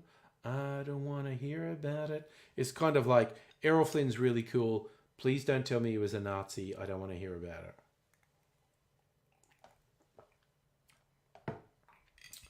But yes, it was a quite consistent rumour that Errol Flynn was a Nazi.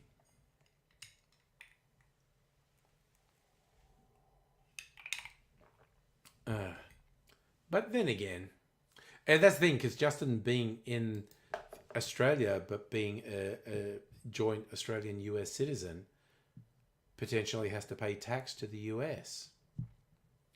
Get a clever accountant, they'll get you out of it.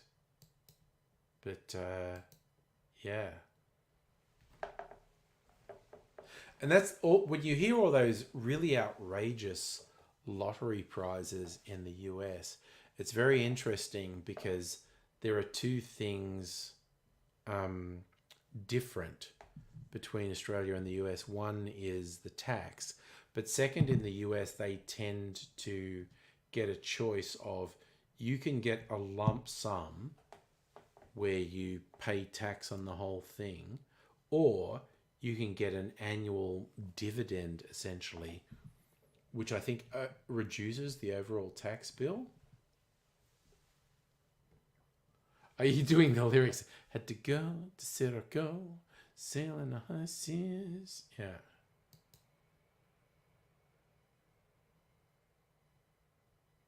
Safi, you don't have to pay a Putin tax. Man, if he found out about you, he'd try. Okay, so Chug's saying High Vision was best. The Strictly Sega saying there was only ever 50 movies on High Vision. Oh, God. Okay. Oh, man. What's it all about? Okay, Strictly Sega, I reckon you'll get that. What movie, because there was also a remake of it, and the line was in that too. What's it all about? And I trust you not to like look it up or Google it or something.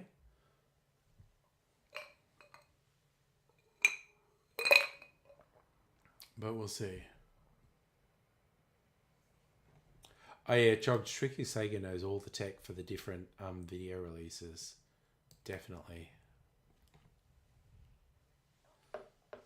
But Strictly Sega, you don't know it. No? It's What's It All About, Alfie. Michael Caine and Jude Law, separated by, God, something like 40 years with the remakes. What's it all about, Alfie? About an English ne'er-do-well ladies' man. So, there you go. That's just a weird one that stuck in my head that apparently didn't stick in your head. Safi, you're a traitor? Putin's reach is long, man. Don't tempt fate. So, okay, you've actually seen both of them. Because, okay, for me, I thought that was the core line. When people often ask me, what's it all about, Alfie? they're pretty full-on films, actually. Because on the surface level, it's just about this guy who's basically a gigolo who's banging all these different women. But in both the Michael Caine and Jude Law versions, it gets pretty friggin' dark. Alfie's life and misadventures tend to turn into some pretty dark stuff. Oh, Jesus, why is my phone dinging at me? Oh, gosh. Okay. I'm going to do an extended stream because Mrs. Angry and her lad are going out on a pigeon rescue mission. Yes. Yeah, he bangs his mate wife and she's pregnant and has to get an abortion.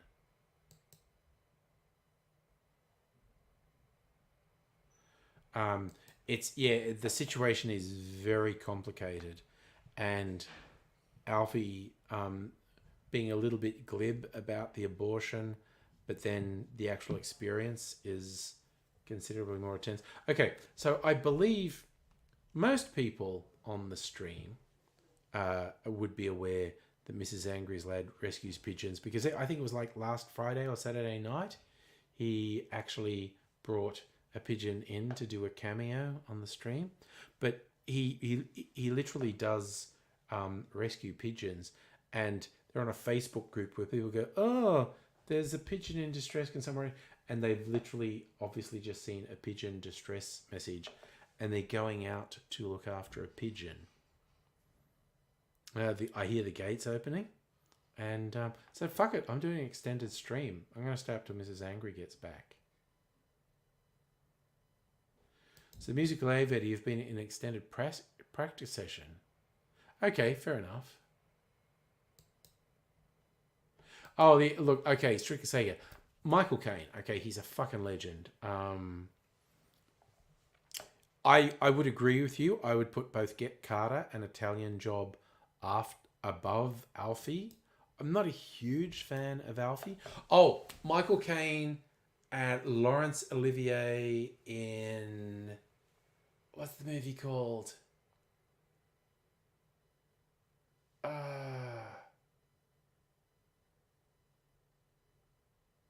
Charade? Is it? I'm trying to think. No, not Zulu. Oh God, Michael Caine in Zulu. Zulu is such a good movie. I fucking love that movie. Laurence Olivier is not in it. If I just look up Michael Caine, Lawrence Sleuth. That's the name of the film. There is this exceptional film from 1972 that's just Michael Caine and Laurence Olivier, and it's all fucking mind games. The movie is all mind games, and it's fucking amazing. It's really good. So it's not super obscure, but it's also not super well known.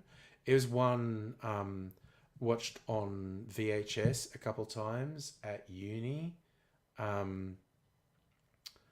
and was very popular with my uni friends because it's such a cool movie.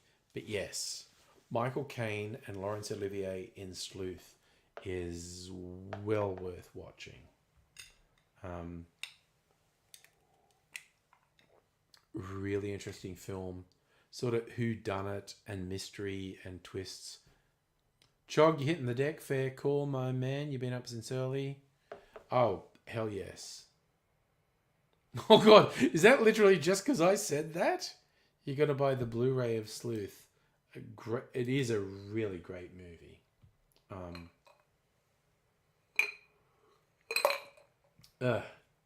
Actually, you know what I'm going to get to watch later this month because it's finally coming onto Netflix. I've still never seen it. It's not a classic like Sleuth. But the Daniel Radcliffe movie, Guns Akimbo, which I still haven't seen. And it was kind of impossible to get, like, it's like 5 years ago it was released. I'm sure it's a pre-COVID film. It just seems extraordinarily silly, and I want to watch it. And it's coming to Netflix later this month. So I'm finally going to get to watch Guns Akimbo. Same as I finally got to watch Nicolas Cage in Pig, because that just appeared on Netflix this month. And I do not regret watching that. That's one of Nicolas Cage's good films. I know, Strictly Zaga. So I feel vaguely guilty when I bring something up and you suddenly go out and buy it. Oh, is that Michael Caine did one where he escaped from a South African prison? Okay. I'm not sure what that is. Oh, no, you're talking about Daniel Radcliffe, aren't you? Sorry, I just realised you're talking... I know the film you're talking about. It's apparently... apparently it's a very famous story. He's a white opponent. He's a white opponent of apartheid. And I've known a few people, white South Africans, whose families were opponent of apartheid. And that was a bit fucking fraught, quite honestly. People would fucking kill you for being a race traitor. You know what? Fuck it. I'm getting fucked up. Okay? You know what? I wasn't going to drink any more alcohol. I'm going to go get my freezer martini. I was going to say, should I do eggnog? No, actually, my tum and head are not in the right space to do eggnog. I'm getting my freezer martini. Oh, we had this... Okay, we had a conversation about tablets recently. I've literally never had a tablet. I think they're pretty cool, and I think if I got one, I'd probably use it a lot. But I don't have one, and I've never had one. But I for reals think if I got one, whether it was an iPad or something else, and because I've got an iPhone, I'd probably get an iPad so I could have all the apps on it. Oh my God, I'd actually probably get really tripped out by my phone apps being on a screen the size of an iPad. That would probably trip me right out. Yeah. And now I'm also remembering the time we did a crowdfunding thing to get Aidsy a tablet, because with his sort of manky hands, a tablet was very useful. And he got one, and it was actually a really significant improvement on his life. It was a really special thing that so many people contributed from a few dollars to quite a few dollars, and he got a tablet, and it was great. People were awesome. Justin, you're old. You're gonna wipe your old iPad and send it to me because it's worth nothing, dude. I mean, I'm not gonna stop you, but you know what? I'm gonna get my freezer martini. I just fucking got in the mood. There's a pigeon rescue going on. God, now I'm kind of thinking I've got some chips out there too. Oh, should I bring my chips back here too? Safa's watching me on a tablet. There you go. All right. Okay, you know what? I'm going to be back in a minute. I'm going to go. Oof.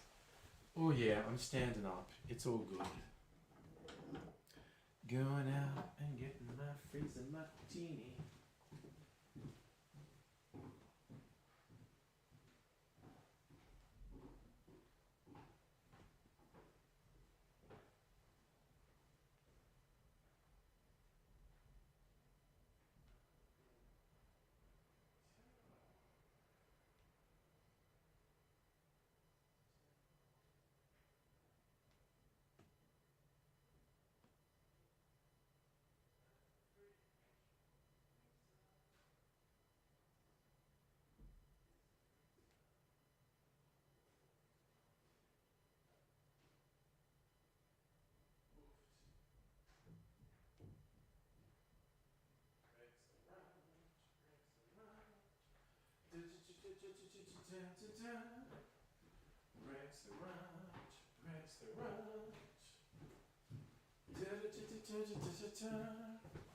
I swear to God, the thoughts that just popped into my head, because I'm the only one in the house, like singing a song as I walk up the hallway. And I was like, man, I could just take my pants off. But then you'd all see. And you don't want that. I was literally having thoughts like, everyone's gone. I could fucking cast porn to my TV. Yeah, no, Safra, I'm pretty drunk. Nintendo Lunchbox, hello. Hello to you on the West Coast. Always a pleasure to see you, my friend. All right. So okay. Just to fill you in, Nintendo Lunchbox. I'd normally be going to bed now, but I got a text. Mrs. Angry and her lad have gone out on a pigeon rescue because that's literally a thing that happens in this house. So I was like, fuck it. If they're going out, I'm gonna have another drink and I'm gonna have a freezer martini. Not a super big one, but a pretty big one. Enough to fuck me up. Oh, I don't know where to put this. Shit. Okay, freezer martini over here. I'll probably top that up tomorrow. It's always... It's weird how much fun I find it to top up my freezer martini because then it's different. Don't worry about suggesting DVDs. Shop buys... Oh, there you go. Neat. Okay. Yeah, well, I don't feel bad about recommending Sleuth. That movie's fucking great.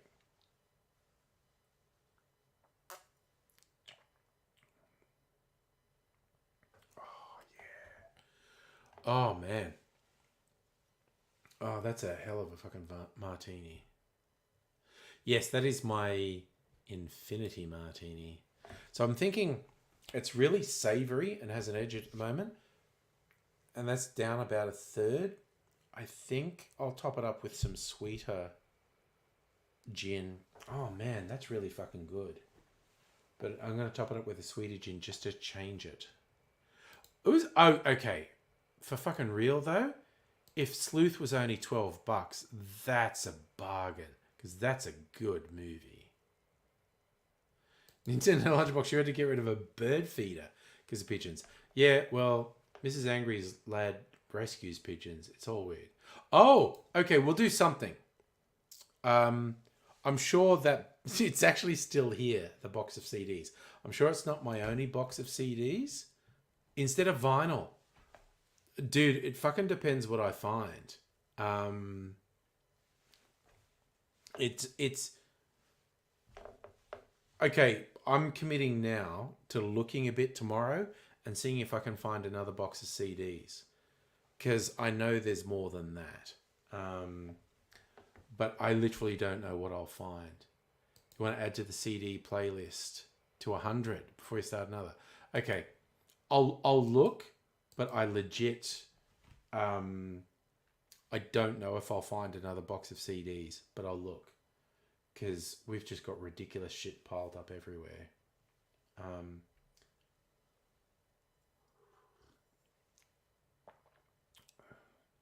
And yeah, no, you're absolutely right. That was like the second half of the alphabet.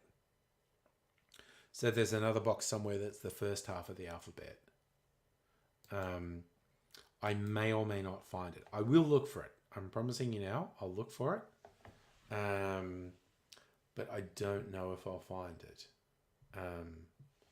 We'll see. We will see.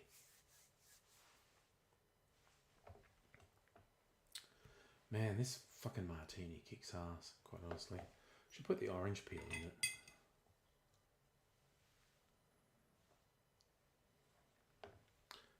It's good. Yeah, well, I know where there's 2 crates of albums on vinyl, and there's got to be another box of CDs somewhere.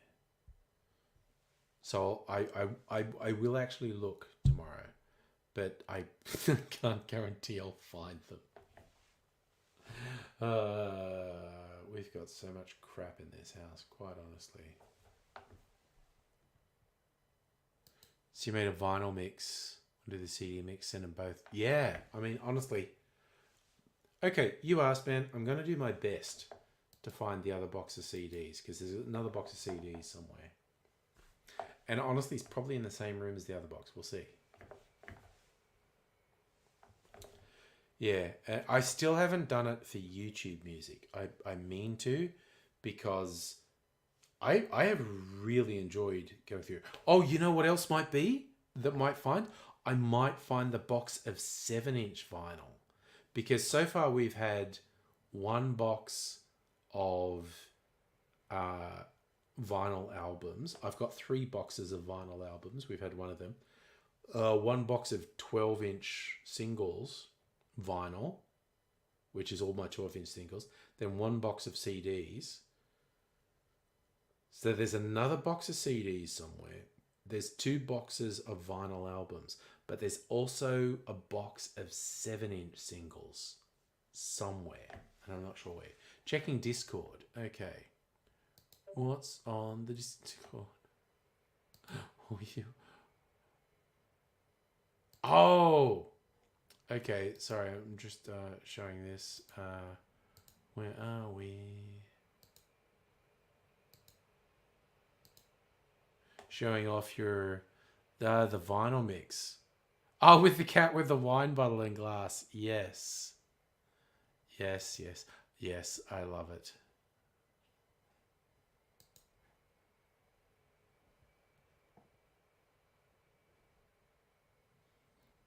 Okay. All right, I'm just going to close. I just realized I had a whole bunch of tabs open. And I'm just gonna close them. What else is happening? Oh, Discord. Okay, that's good. I've got everything in order now. So yeah. So somewhere, okay. There's still 4. There's 4 boxes. There's a box of CDs somewhere. There's 2 boxes of vinyl albums. And there's a box of 7-inch singles somewhere. So you got the tabs, Errol Flynn and Sleuth. Nice. Oh God, I went down a little bit of a... While we're talking about movies and stuff, I went down a little bit of a rabbit hole on Prime Video last night. Because, Safa, you forgot to ask me if you're still there. Although you did ask me on Tuesday what I'd watch on Wednesday. And I told the truth. Mrs. Angry and I finished watching season 2, 8 episodes of The Gilded Age. We watched it all this week. We watched 4 episodes, 4 one-hour episodes on Monday night and 4 one-hour episodes on Tuesday night. We both really enjoy that series. There's 2 seasons of it on Prime. But then I just started getting into the weird shit on Prime. 50s and 60s schlock, sci-fi and horror films. Holy shit. Prime has a good selection. Because apparently Jeff Bezos loves that shit. So he bought the rights to have a bunch of really fucking weird shit from the 60s and 50s. So there is some genuinely weird shit on Prime. You did Werewolves Within. What's that on? You know what I liked? It was a Marvel thing. Werewolf by Night. I enjoyed that. Also, personally, Mrs. Angry's not so into Black Mirror. And I finally, over the last couple of weeks, watched the most recent season of Black Mirror, which came out in 2023. And I really liked it. I really enjoyed it. Yes, after Saturday's date night, so no stream on Saturday, but there will be a stream tomorrow. Yeah, Werewolves Within sounds like a horror comedy, honestly. But yeah, I genuinely enjoyed the Marvel movie on the stream. It wasn't a theater release, it was a streaming release. Werewolf by Night, I really enjoyed it. And the first version they released was in black and white, like it was like an old schlocky horror movie. And I think they have also released a colorized version. It's not colorized, it's modern. It was shot in color. They black and whiteized it for the vibe. Oh shit, yeah, that was a few seasons ago. Nintendo Lunchbox. That Star Trek parody episode of Black Mirror was... I love Black Mirror. And it's almost kind of uncool to admit you like Black Mirror. It became a thing to... It's like Black Mirror was cool. Then it was like, no, everyone said it was cool, so it's not cool. But yes, I know the episode you're talking about. The virtual reality Star Trek one. That was great.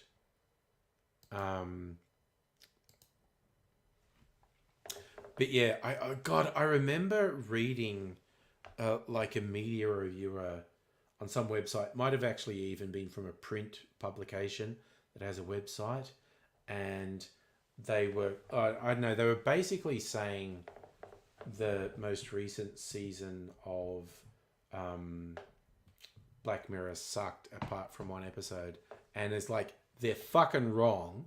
The most recent season of Black Mirror I really enjoyed, but also I kind of suspected they were wrong because in this article they shit talked Bandersnatch, which was the choose your own adventure Black Mirror thing from about 4 or 5 years ago, and that fucking kicked ass.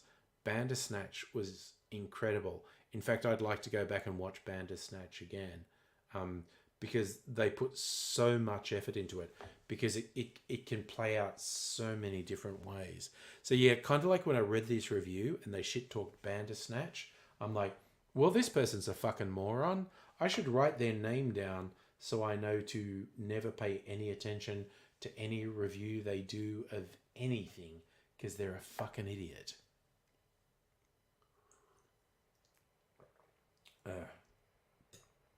It's kind of like, I really enjoy the YouTube videos that the guy who calls himself Yahtzee Croshaw does. He was with The Escapist until the implosion of The Escapist. He did videos under the name of Zero Punctuation, and then The Escapist got corporatized and fucked everyone over, so everyone quit. And now they've got a new independent thing, which seems to be going really well. And so I think his game reviews now are called Fully Ramblematic. And I really enjoy his video games reviews, but I got used to, here's a style of game he doesn't like that I do like. So I kind of know when he's reviewing this type of game where he says, this sucks because it's like that, I go, okay, I'm probably going to like that. But I genuinely enjoy it. You don't like Yahtzee's accent? I don't know if you've watched the new one, Safa, because the shtick on Zero Punctuation was he talked bizarrely fast. And but now they've relaunched and his reviews go under the name Fully Ramblematic. He actually talks a little bit more slowly. So you could say, you watched an Aussie movie called Breaking Loose, Summer City 2. Oh, God. Peter Fox. Abigail. Abigail was huge in more ways than one in the 70s. Abigail was Pamela Anderson several decades before Pamela Anderson exists. Blonde with big boobs. And yes, if Phelpsy was in it, it was very 80s. And they must have put Abigail in for name recognition because she was more 70s. Hot damn, but Summer City 2. God damn. Yeah, Phelpsy was in Stingers. And wasn't Phelpsy in Baywatch as well? Who was the Aussie who was in Baywatch for a while? I feel like it was Phelpsy. Abigail was 43. Still hot, though. Sorry, and this is possibly because I am older. I find older women quite hot. Oh, yeah, but Water Rats is Australian. Someone was in Baywatch. Who was in Point Break? You saying Phelpsy was in Point Break? I'm getting very confused now.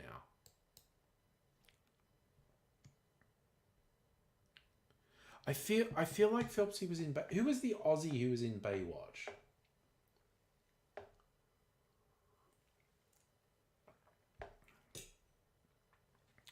But it's a whole thing.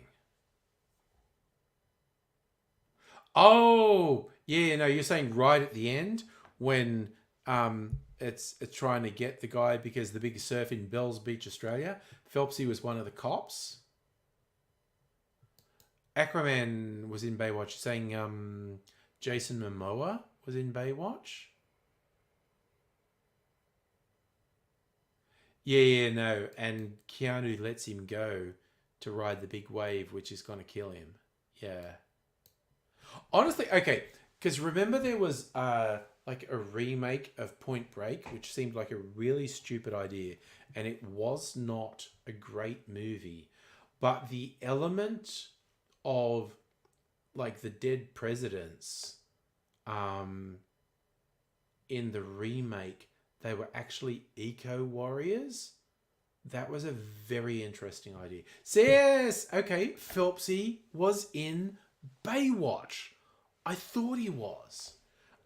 There are some very funny interviews with Phelpsy about his time on Baywatch, where he's trying to explain, if you're Australian, the whole thing with Baywatch was just a mind fuck. Like, none of the reality of Baywatch made any sense from an Australian perspective. Like, Phelpsy talked about going to parties at what's his name's? What was the main guy in Baywatch? My fucking brain has stopped. I'm remembering everything about Phelpsy, but I have literally forgotten the main guy in Baywatch, which is ridiculous. Oh yeah, no, Strictly Sega. The remake of Point Break, not great. Catherine Bigelow, very good director. David Hasselhoff, thank you. For whatever reason, I'd forgotten David Hasselhoff. But anyway, Phelpsy tells stories of going to parties at David Hasselhoff's place. And David Hasselhoff had huge framed pictures of himself in his own house. And it was like with his Knight Rider stuff. David Hasselhoff with Kit. And Phelpsy's in his house. And he's kind of thinking, why the fuck do you have huge framed pictures of yourself in your own house? What the fuck is going on here? And I just love Phelpsy being relatively naive in Hollywood, just thinking, what the fuck is going on here? And Phelpsy, absolute legend. I just wanted to throw that in just in case it sounded like I was shit talking him. I'm not. He's a fucking legend. But yeah, holy crap, he did so much in like about a 20-year period.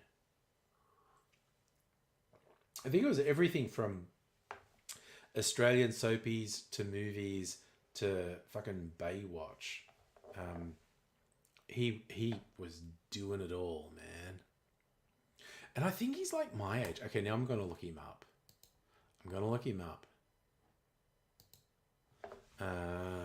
Peter Phelps. Australian act. That's right. Singer as well.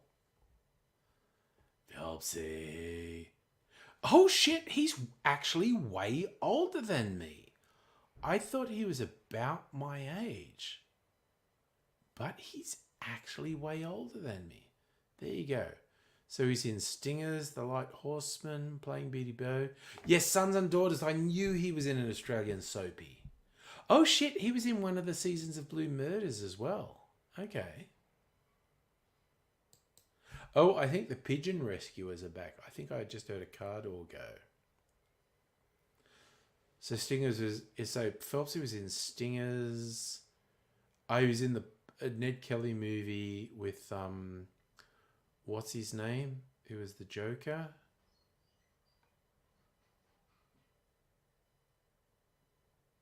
Oh God, he did Drunk History Australia as well. Good on him.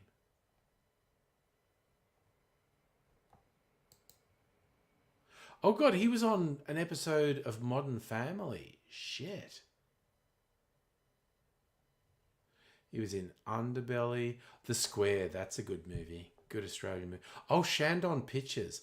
That is such a funny, weird, fringe Australian TV show. He was in All Saints, Stingers, Lantana. That's a good movie. From 2001. Jesus. Water Rats. Police. God, he did a lot of TV. Police Rescue, Blue Murder. Heartbreak High, Country Practice, GP. Jesus Christ, he did a lot of TV. Rafferty's Rules, Baywatch, Dirtwater Dynasty, Light Horseman, Cowra Breakout, Sons and Daughters, and The Restless Years. Okay, so he was only in 6 episodes of The Restless Years. He was in 421 episodes of Sons and Daughters. And that was literally just between 82 and 84. So in a 3-year period, he was in 421 episodes. What? How the fuck do you do 421 episodes in 3 years? Holy fuck. Honestly. He was born in 1960. Oh, and fucking kudos to you, Phelpsy. He got married in 2000 to Donna Fowkes, who I don't know, and they're still married. So he got married at 40, and they're still married. Honestly, I'm now a bigger Phelpsy fan than ever. Yeah, I think Sons and Daughters must have been 4 or 5 episodes a week. Oh god, am I going to find out what the pigeon rescue was? Oh wow, it's jet black. I'm sorry, I'm sorry. Look, we've got a goth pigeon now. Look at that. We've rescued a goth pigeon. That rocks. It's a very pretty one. It is. It's incredible. All its feathers are that kind of iridescent. Oh my gosh. So it also, surprisingly, it's very tame. Yeah. It has a band, except it just has the number 600, which is not helpful in any way. Oh, okay. Honestly, okay, so that's a new member of the household now. A goth pigeon. Mrs. Angry and I are from the original goth era, so we're on board with a goth pigeon, basically. All right, well, that was fun. I told everyone when you texted me and said you're going for a pigeon rescue, I was like, okay, I was literally I thought that was a I'm going to bed text, but it's a pigeon rescue text, so staying on the stream for a little while that happens. So now we've got a goth pigeon in the house. There's a burb. Again, Mrs. Angry's lad is so good with the pigeons. Strictly Sega, I am so glad we had a whole Phelpsy thing tonight. And I have a vague general hope. Okay, so we're a weird fringe live stream with just a handful of people chilling and hanging out. And I have this feeling that I want a message to somehow get to Phelpsy like, hey, Phelpsy, there were these people who were just reveling in how awesome you are and what your contribution to TV and film was. Because if it ever gets to you, you fucking rock Phelpsy, honestly. And dude, I fucking loved. I remember reading interviews with you where you talked about how surreal working on fucking Baywatch was. And again, Phelpsy's a real just kind of working dude. He's got like a 40-year career and he was just a working actor. And there was that bit where he's on Baywatch and it was so weird. It was wild. Yeah, no, we're now an official Phelpsy fan club. Which I did not see coming at the start of the stream. That we do a whole thing. And also, yeah, Strictly Sega loves the dance moves in Summer City too. Phelpsy, you got the moves, brother, is what we're saying. So, okay, oh my god, that's so fucking good. That freezer martini fucking kicks ass. But, as you can see, it's like about a third empty. So, I'm not going to do it tonight, but I'll probably do it tomorrow and put it back in the freezer. I'll top it up and it'll be a whole different thing. May or may not try it on the Friday night party stream. You're going to hit the treadmill. I reckon I'm going to go to bed. What are we? Okay, it's 10:30. So it's not super late. I did have a bit more booze than I was intending. Maybe drink a bit more water from this glass.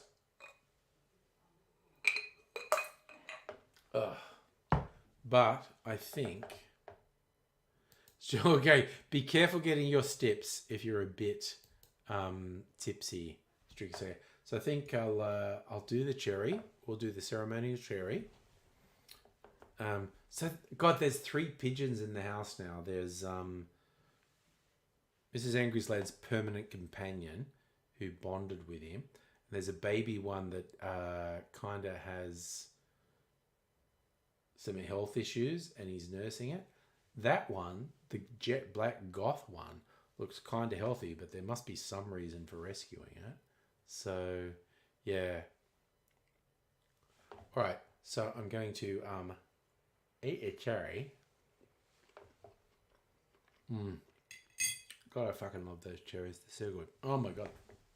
Oh, that's so yummy. Fucking love that. Oh, so I don't know. I feel like we turned into an unofficial Phelpsy fan club tonight. Maybe tomorrow we can be like an official Phelpsy fan club. Cypher, did you like the glass clank? That was the very stylish martini glass. We do this. Look, okay, a little bit of ASMR before going to bed. How good is that sound? I fucking love that. High quality glasses make really good sounds when you do it. It's just like... Alright. And I do that before I go too far and fucking break a glass. Alrighty, so I'm going to go to bed now and we'll be on for party night tomorrow night. And we'll see what happens. Won't be doing a Saturday night stream. I will be on a date night. But then there's Sunday night. So you'll take care. Everyone go out and get a Peter Phelps tattoo, okay? And we'll be back for another Phelpsy fan club meeting tomorrow night. Although, yeah, no, it's tomorrow night. It's only 10:30. We haven't passed midnight. We'll do another Phelpsy fan club meeting tomorrow night.